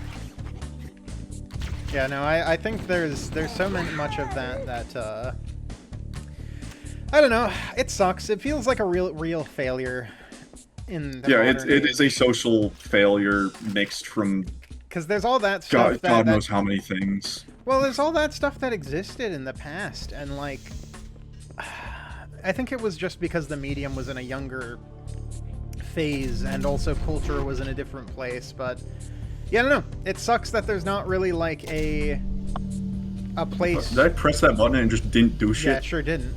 Also, I think this is Fucking the game. I think that's the one where if you jump, it lets you float in the air. But yeah, I think it sucks that we kind of don't have those like social spaces where like kids or whatever can hang out, or like people can hang out and kind of get there. Because there's always going to be, literally no matter what, somebody who's just like horribly racist or whatever on my. Every time I think of that shit, I think of how the like fucking dystopian monologue. I don't know if you watch Folding Ideas. I do on occasion, yes. The metaverse, the internet is a dead mall video. He shows a clip of a dude who was just like shilling some fucking like online thing, and was like, yeah, my daughter, she is been living in these metaverses for years now. She is on Discord and Fortnite and Minecraft. I almost said Mine Night. And Roblox, and I was just like, God, what? No, stop! These cannot be primary. Yeah. The really online being our primary social spaces has been a fucking mistake. They have. It's a shame, yeah, because it used to not be that for a bit, but it really these days especially just opens you up to so much. And literally, it's just. I mean, my friends it really doesn't help that there's not really a way around, because most people can just go to Discord, and Discord does fuck all to moderate any of that. Yeah. So here's the thing.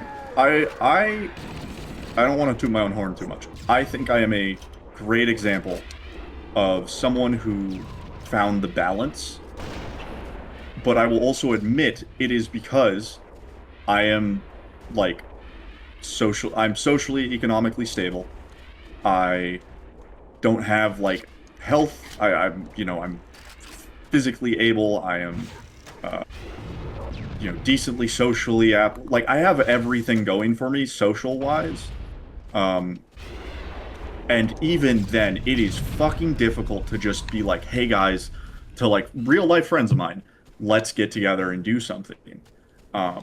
It can be like fucking pulling teeth, because exponentially the more people you get, it gets harder and harder. And so like it's incredibly hard. I can't fucking imagine for someone who's like who doesn't live in an incredibly social like socially progressive area of the world, or doesn't have the really like good economy the area of the place I live in has.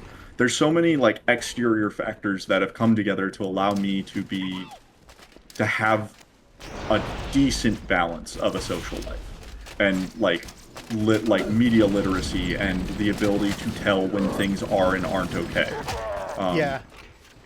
And without that, things would probably be way fucking worse. I feel like part of it. And it sucks that the world's like that. It does. It really does. I mean, I also feel like part of it is the culture has largely changed. Okay, so like when I was younger, I feel like I was the last generation who got this talk before like Facebook became the norm and everything. But like, I remember when the rule of the internet was don't use your real name and stay anonymous. Somewhere along the way, I mean, it's when Facebook happened, but people decided to stop that. And I don't know why anyone stopped that. It was an intentional thing. No, it was because of Facebook, and like again an era of, it was an era of authenticity. It was brought about by people like Oprah and those figures who made it like normal for celebrities to be like, I'm, this is me, this is what I'm like offline. I'm being authentic to myself. And so that started to then carry on to these online spaces and places like Facebook, where you're encouraged to use your real name. And then that just kind of became the norm. Like people just kind of like straight up use their full real names online and in these places, and like they aren't like, even if you have an online handle or whatever, like people don't have that same ability to distinguish that they used to have. Yeah. About like I mean, what is information I should be sharing and what information should I not be sharing. For instance, I mean, even for me, like my real name is the only thing I really haven't have put any effort into hiding. Oh yeah, and no, even then, people you could pretty easily find it. People might be surprised to hear this, but Gabriel B. James is not my name. Yeah. I mean, I remember being like, oh, yeah, well, that was a thing. I remember, like, we weren't on stream, but we were playing a game, like, a few months ago, and I was like, yeah, okay, that makes sense. Dim is the handle. Gabriel B. James is just the, you know, it's a kind of ornate-sounding name, but it's feasible as a thing. Yeah, it's and then you were like, name. no, my name is not that. Yeah. And I was like, oh, yeah, okay. Yeah, I mean, the funny thing is, I have been, yeah, no.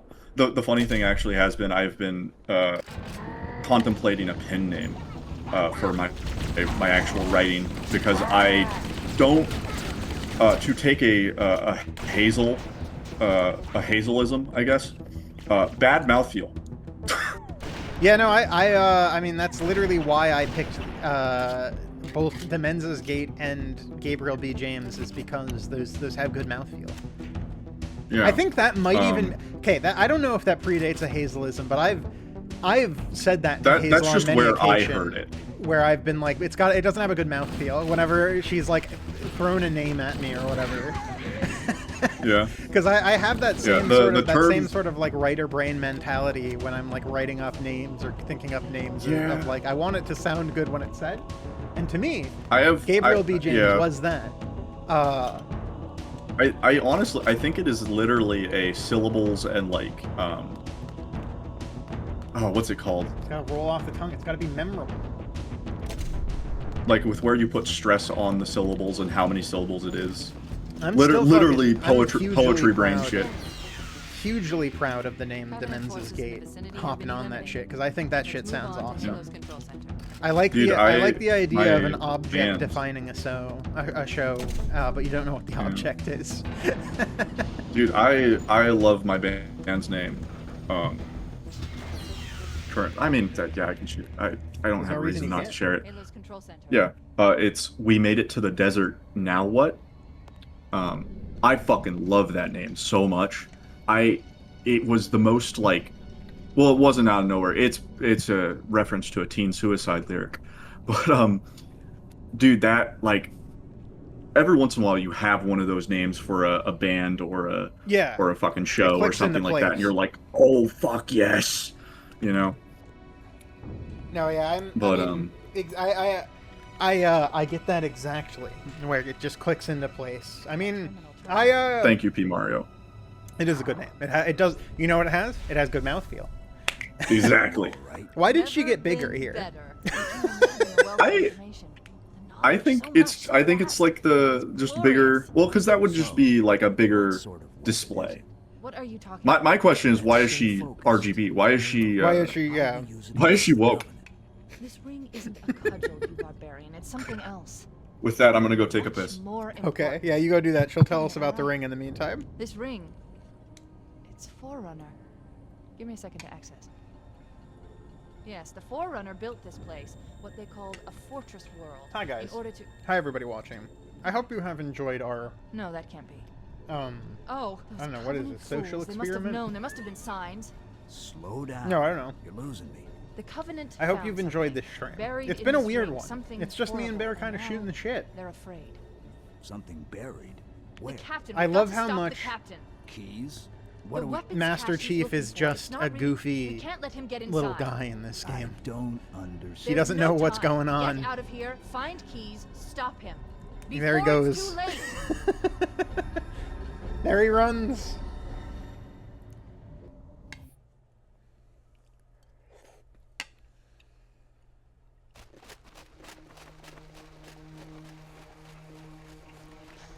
Okay. This is, I think, like the penultimate, the best mission in the game, right here.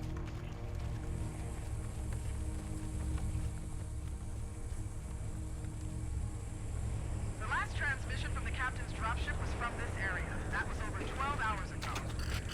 Yeah, I think the locate Captain Keyes, radio in, and I know everyone's joking about it, but yeah, Gabriel B. James is just a pet name I've had for like a while because I just thought it sounded good. Originally, I used it for publishing music under, back when I did that, believe it or not. Been a while since I've done that, though I kind of want to get into that again, particularly for Demenza's Gate Season 2 stuff. The only part of it that is an actual thing is the Gabriel part. That part's my real name. But that's the only hint you get. Otherwise, honestly, I go by Dem in everything. Everybody just calls me Dem, even in real life. It's very strange.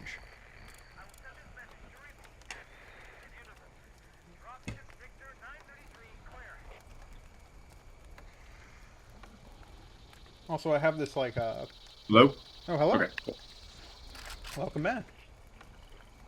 I was just taking a bite of some, like, pork belly thing that I got here. Earlier.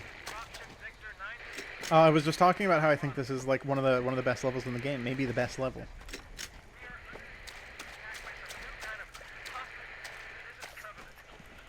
Dude, yeah. LCAS has got it. Yeah, no, this is one of my favorite levels in all of Halo, honestly. It's a good level. It's got a good atmosphere in it. What does it look like at the... Oh yeah, it's really... I do actually think that, like, them adding the glowiness is kind of cool. It does. Like, once again, it looks really good. It looks good. It's just two different kind of atmospheres. The original is more oppressive and dark and foggy. I honestly think if they just added more fog to the... It does need more fog. I don't know what the fuck it was about with games in, like, the 360 era. I don't know what it was with games not being able to do, like, dense fog. Fog, it's just... Yeah, it's just not dense. I don't know. It's the same issue that, like, the HD Silent Hill games have, where they just, like, don't have good fog for some reason. I really think my brain has always been that we didn't need to go higher fidelity in video games than like Halo 3. Halo 3 still looks awesome. Exactly. It still looks great, and it's really easy to make a defined art style. Like, think of how well games would be able to run nowadays universally if the most expensive games still just were willing to accept a limit of a certain fidelity and not try and make everything look stupidly photorealistic. It's all got to be photoreal. Well, now everything also looks the same anyway because it's all photorealistic. Dude, I know it's annoying as shit. Oh, you could see a little flood up there running away. You can see him down there. Yeah, I think the original builds the atmosphere because you get to see, like, the fog kind of obstructs the flood a little bit. You're like, what the fuck's that?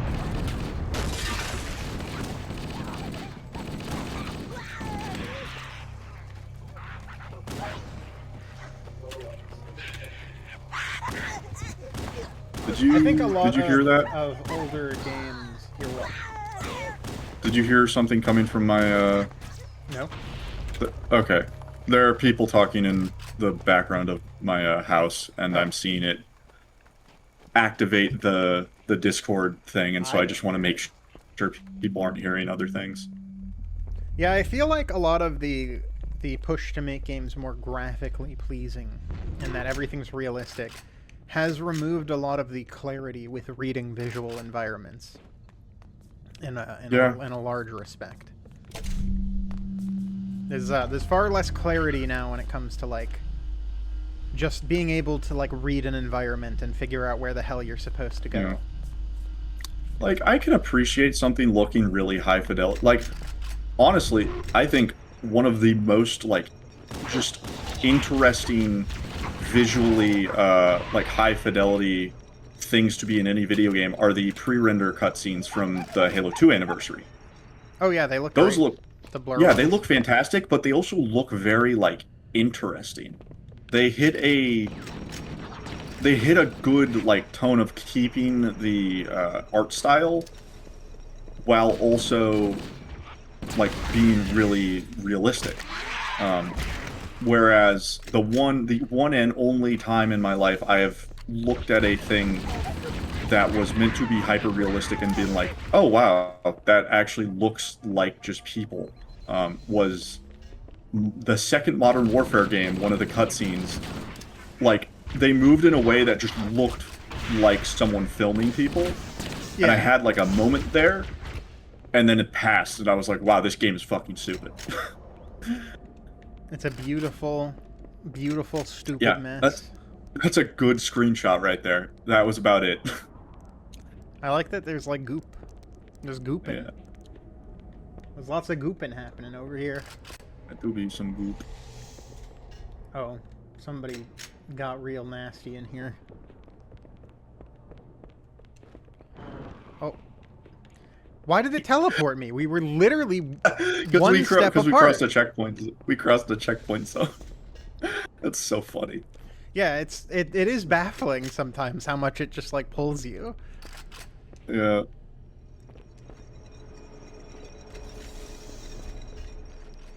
Yeah, no, I recently, dude, another thing I love about the... stuff is, oh, shit. What? This guy, I've heard this guy shoots at you. Oh, yeah. I'll blow your brains out! Get away from... Sorry, hey, he was... Hey, you were shooting at me. Okay. He was just having a hard time. He just needed to take his meds. Well, you know. He shouldn't have shot at the Master Chief. Oh god, I almost fell into the fire. I think the last time the last time there was like a photorealistic thing that I was like, wow. Was probably, I mean, like, Red Dead Redemption 2 looks real nice. It looks real pretty, even though my, like, PS4 was on fire the entire time playing that thing. Oh, I started playing Kingdom Come Deliverance 1, and that game's also got its own fairly realistic, screenshot. Like, when it's raining and stuff, it'll look really good sometimes. Yeah. When you're walking around the countryside. Yeah, I mean, it's all realistic. The thing is, I've personally always struggled to appreciate, like, hyper-realism. Like, I can appreciate high-fidelity stuff. Like, that's the thing, is Halo 2's cutscenes are, like, really high fidelity. They're stylistic. They are not hyper-real. Yeah. Like, they're not... The characters still are, like, they have the same kind of weird proportions of the original game. And because of that, they're very expressive and they work really well as characters that you can identify and, like, interpret. Whereas Call of Duty is just like, oh, that's just a dude. Yeah, it's just realistic. That isn't a particularly realistic like, depictions of violence and gore. I'm all for that, but there, you know, we already have Insurgency Sandstorm. I do remember Modern Warfare, the first one, had like a realistic depiction of torture in it for some reason. So does Grand Theft Auto 5. Yeah, no, we're building a higher tower. We're building a higher fidelity generation, so we can more accurately depict the torture.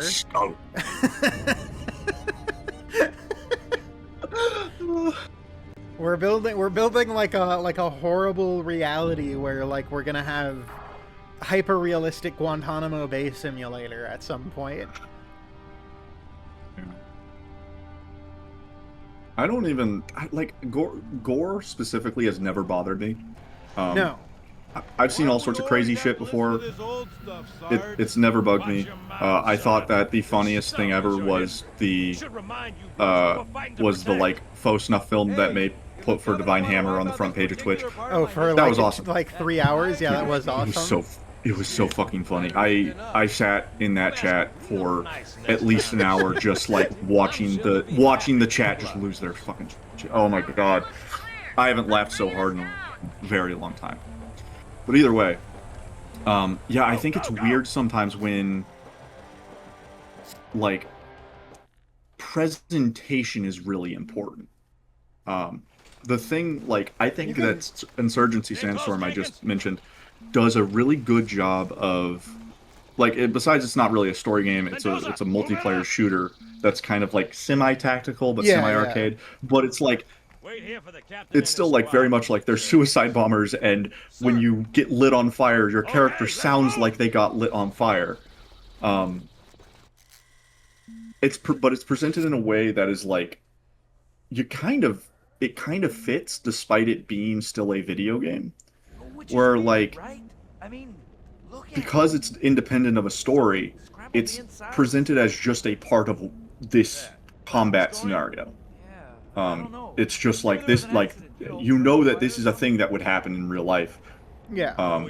When a person is shot in the fucking chest, you're gonna hear them, you know, being shot in the chest. But then when it's put in a narrative context, I think the like idea of having to justify it with a narrative feels weird, because then you had to realize that the developer was like, how do we get the character into a scenario where they are torturing a child and his parents? We gotta get in. We have to show it. And at that point, you're like, what? Man, you must really need a good reason. And no, we gotta. It's because it's gonna. No, be you don't. Yes, no, this, there isn't. all of this is very reminiscent. By the way, I love this particular. It's very Aliens. This particular scene. This whole thing. Oh yeah, no, it's this stuff dude. This is it's such so a awesome. good fucking. It's such a cool. I think good introduction. someone turned this into a modded level. I think. What, like the walking around with your little squad? Yeah, Oh, I think awesome. I've seen someone like make a mini level where you're playing as Jenkins and you're running with them. Boy, you always got a bad feeling about something. What's going on, soldier?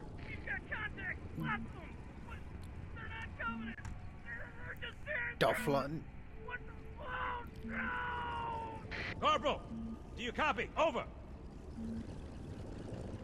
Mendoza, get your ass back up to second squad's position and find out what the hell is going on. But I don't have time for your lip, soldier. I gave you an order. Sarge, listen. What is that? Where's that coming from, Mendoza? I don't. What is that? Mira! The spooky, the scary. Hold still! Hold still! Let him have I can't wait for this to be hyper realistic. Speaking of hyper realistic, it's all going to be Unreal in the new one. Yeah. Maybe they'll make this section playable finally. Fire your weapon! There are too many, Sarge! They said they're adding 2 new missions or whatever. That actually would be kind of cool. Yeah. It'd be a neat thing, potentially. Yeah. I'm excited for the prospect of it adding additional stuff. I like when remakes are different.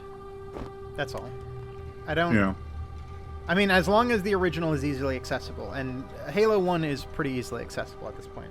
You know, it has the MCC. I mean, that's why, as much as people did kind of, in some ways, poo on the Silent Hill 2 remake, I do appreciate it because it is a different game. It's not a replacement for the first one. It's a different game, but it's also not different enough to warrant itself existing. However, even though I think it's a vastly inferior version of the original, I am happy that a new generation of people who didn't get to play Silent Hill 2 on the PS2 and don't want to emulate got to play a version of it that was more or less accurate.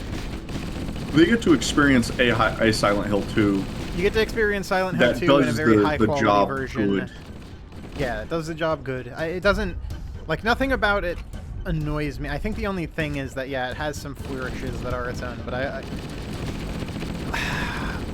think I'd be more good with that if there was, like, a good port of Silent Hill 2, but there's not. However, it is one of the easiest games that you can emulate ever, so do that, I guess. Yeah.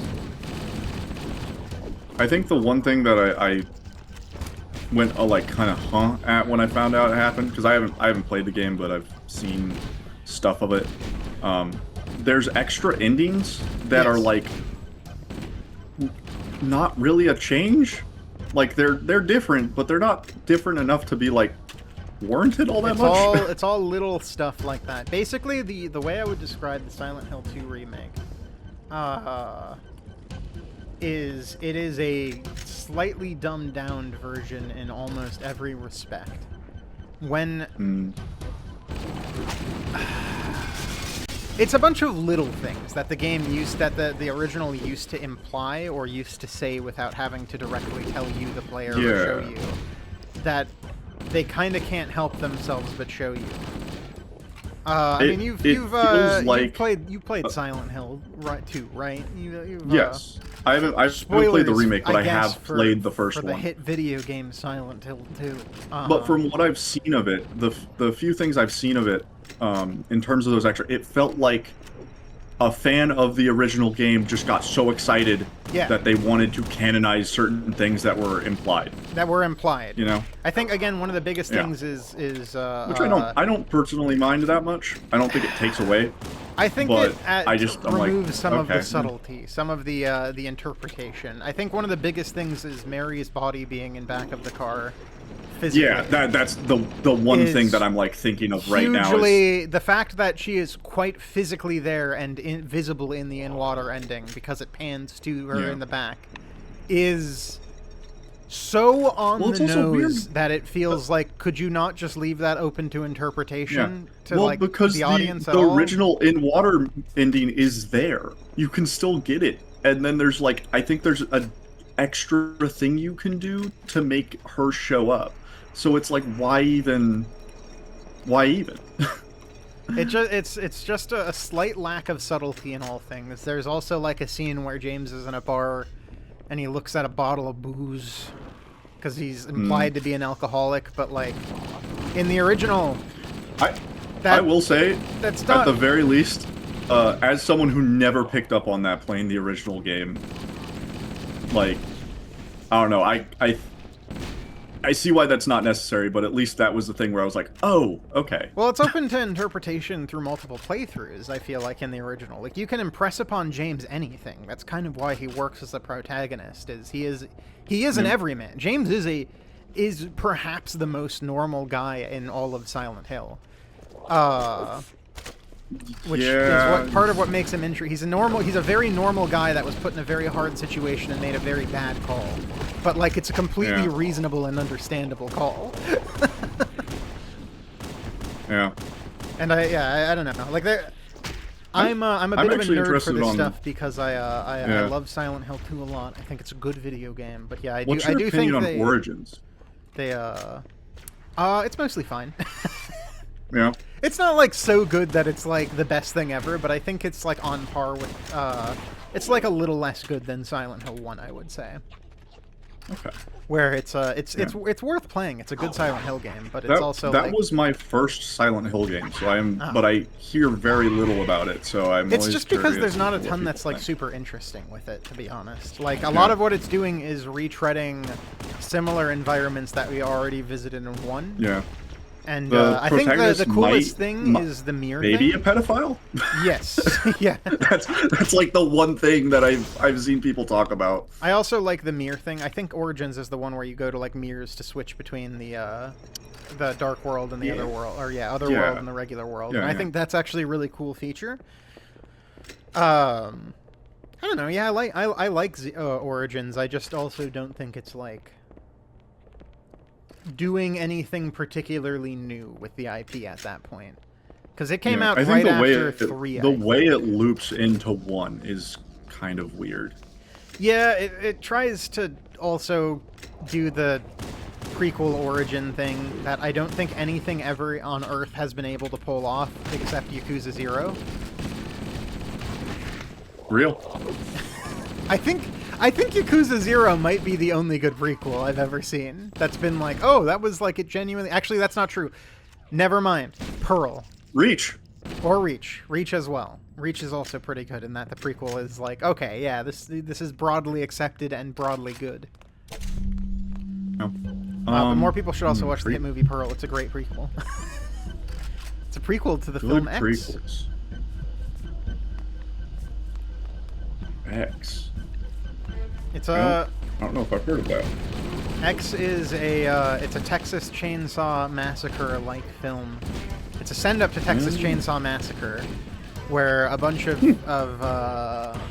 porn actresses and a bunch of people shooting a porno rent out like a shitty little farmhouse they're in, and it kind of turns into a Texas Chainsaw Massacre situation.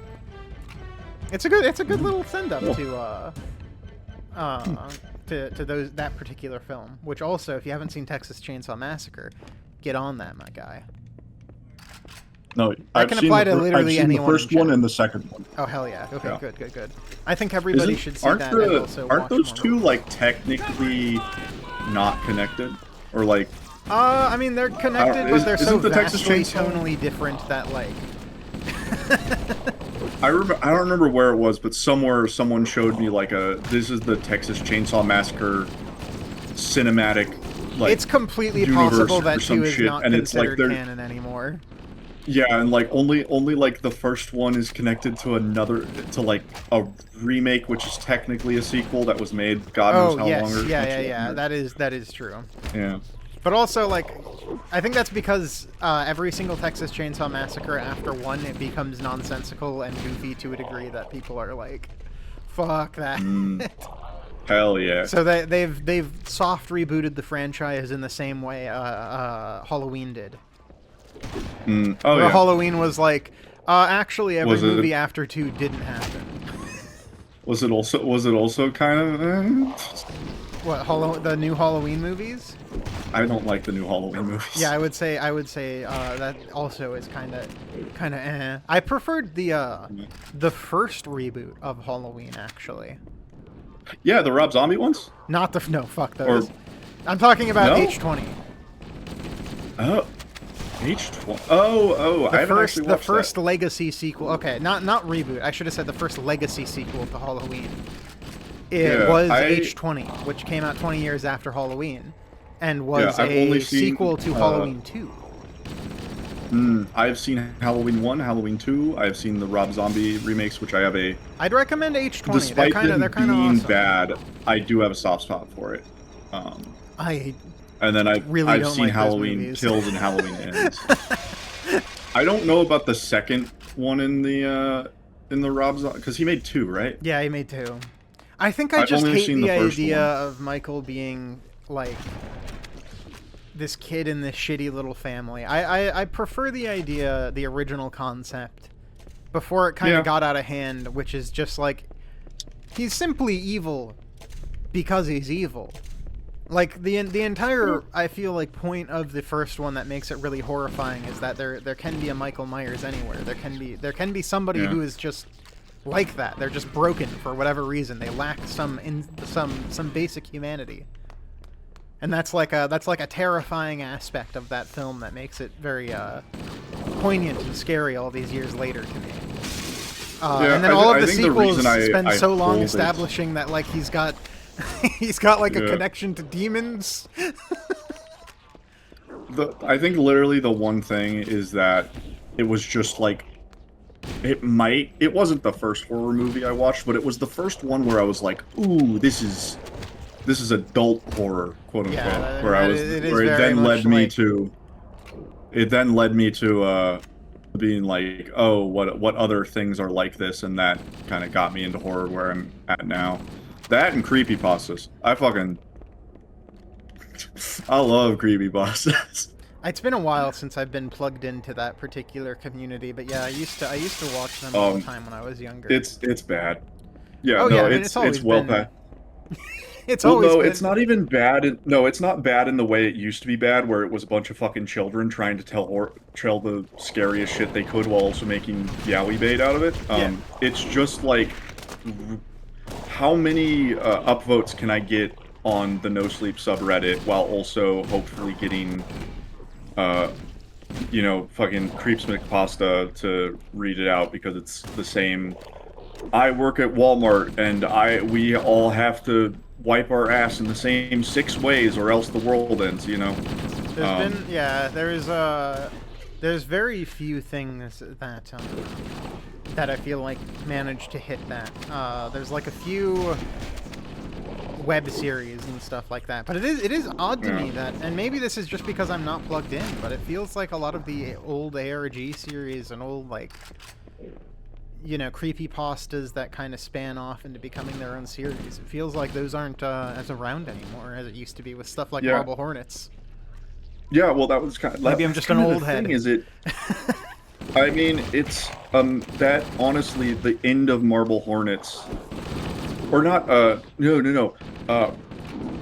What's it called? Channel Zero. Channel Zero, to me, is the, death knell, and I say that in the nicest way, because Channel Zero is actually pretty good, weirdly enough. Is like the thing that to me ended the era of that's the one that's like like full-on creepypasta adaptations, right? Yes. Yeah, that was like an actual TV show. Yeah, and it, you know, people were like initially kind of upset with it because it more just took concepts and then like turned them into their own thing, but advertised itself as, oh, we're doing an interpretation of Candle Cove, when there isn't much to interpret, so they had to make their own story. And it was a sci-fi original. It was fine. But then they did No In-House, which for a very long time was my favorite creepypasta. But it's actually, they did like a pretty good job of not even adapting it, because they really don't. They just turn it into its own thing. And it's a nice, heartfelt story, surprisingly enough. Like, it's equally sad as it is creepy. That's one of those series that I've been meaning to watch at some point, because I like the idea of seeing how they would adapt, like... Because a lot of creepypastas are fairly... like, they set up interesting concepts or ideas, but the whole kind of thing is sort of predicated on the idea that it's not that fleshed out. Those are the best creepypastas, are the ones that are kind of like very vague, and they aren't too, because once you start to add too much lore to shit, you run into a backroom situation. Yeah. Where like the original thing with the backrooms is like, oh, what if you're in a spooky spot and there's what if you're so paranoid because you're walking through the same halls that you're like imagining if something's there, and then that like spun off into there being creatures. To an SCP Foundation clone. Yeah. Honestly, funny enough, and yeah, I don't know. I'm looking. I don't see a door. Did we? It's just another dead end. I think this is a dead end. But like I was in the SCP Foundation community for a little while. I did a few writings.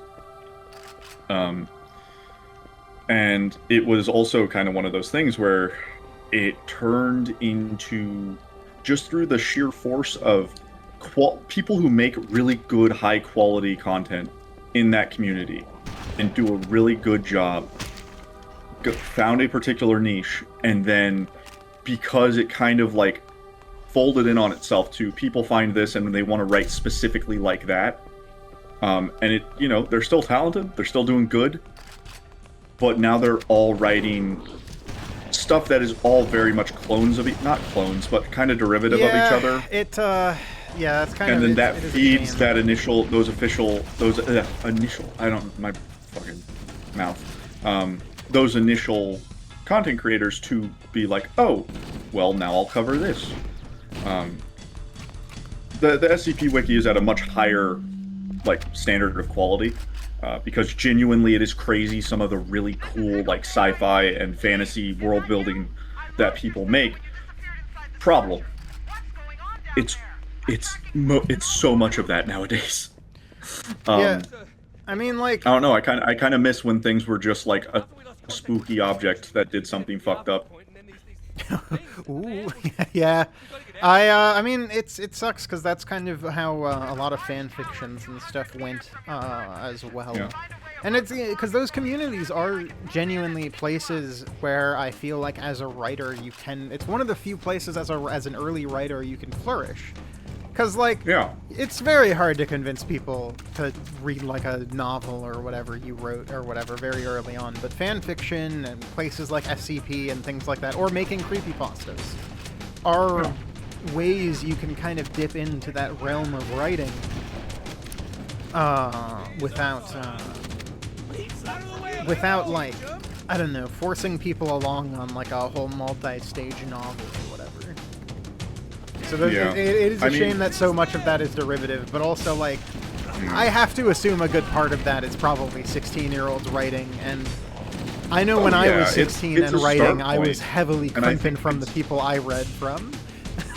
Oh, yeah, dude, I have a quote-unquote novel that I've been working on since I was 16. It's nothing, I mean, it's weird to say that because it sounds like the whole, like, oh, well, I just haven't been able to let it go. It's more of a matter of, I had a concept that started as a creepypasta that I've now chipped away at and ship-apiciused its way into into something else. Essentially an anthology of horror that I've, every couple months I'll come back to. But yeah, it's really, but like, so because of that, I'm like, yeah, I really appreciate these online spaces to be, I think we're just supposed to keep walking forward. I think so too. To like be places, people can make their stuff. It's also like, I just wish I wish there was a little bit more that got, like, yeah, like I just wish it was outside of the list of 5 things you do to survive. Yeah. I mean, this is a problem that a lot know. of people who just play video games or just watch movies or whatever have. I feel like it, particularly when it comes to gaming, you run into this too. But if you're creating something, first off, I think just broadly, people just need to widen their horizons more. Everybody should, read books, watch movies, diversify. You can't just pigeonhole yourself into only reading SCP Foundation.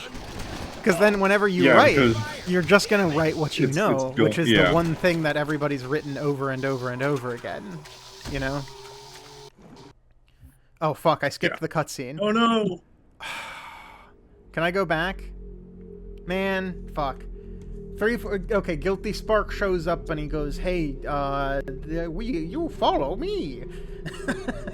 Yeah. I think that's it. And then he brings you to a facility, really, and then the level transitions. Yeah. I actually might, because we're coming up on 4 hours here. We're about halfway through this game as well. Yeah, I was going to ask, do you want to either call it here or do this last mission? And then no, this mission's so long. This mission's 30 minutes long. Yeah. Let's come back to this. I've enjoyed just sitting around and chatting about random shit while playing Halo. But it's already about 10 on my end. Before we started, I mentioned to Bear, I got like 4 hours of sleep, maybe total. I had a really bad night of sleep. My wonderful girlfriend headed off last night. She went on a trip to Chicago. And I always sleep really badly when I or somebody else like that I care about is traveling, because I worry. I have that anxiety. So I just slept really poorly. But yeah, no, we have 4 missions left. Yeah. But these are the ones that are so long. The Library and 2 Betrayals are both like 30 to 40 minutes long. They're so Same with fucking Keys. long. I remember Keys also being really long. Yeah, it's not. Keys isn't that bad, but these 2 back to back are like really long. But we can easily knock this out, to be honest, if we return. But I would like to, because I like the idea of Boys Night, where we just come and chat about shit. Mostly talking a lot of shit. I hope this has been enjoyable to somebody. It's been nice to just have an excuse to hang out with you, to be honest, more than anything. Yeah. No, I'm I have to trick always my brain to making it feel like work. I mean, hey, dude, this do be work. Well, because I always have that thing in the back of my brain where it's like, if I'm not working on projects actively, I'm kind of like, what am I doing? I'm wasting time. I get that shit too, and I can only imagine how much more stressful that would be for someone who like does it with people looking at them. Yeah, it's it can be a little worrying, especially now that I gave myself a deadline on the Channel Awesome stream to start the next season, which it's still starting on that day. Everything's already edited for that particular episode. Hell yeah. Yeah, I don't know. I think for now, though, I'm going to relax. I'm going to finally start to wind down because it's been a very tiring night on my end. I don't know. I'll probably come back to stream sometime this week. I don't know if it'll be Halo, maybe some more of this. But I'll figure that out like tomorrow or something. Anyway, thank you for joining. Everybody say thank you, Bear. Everybody thank Bear for his time. Thank you everyone for watching. It was wonderful to be here. Yeah, and it's been a good time. I hope you guys have all enjoyed our rambling, and have a good night, all. Good night, everyone. Good night, everyone. Yeah, I'm gonna. Where's the end screen? There it is.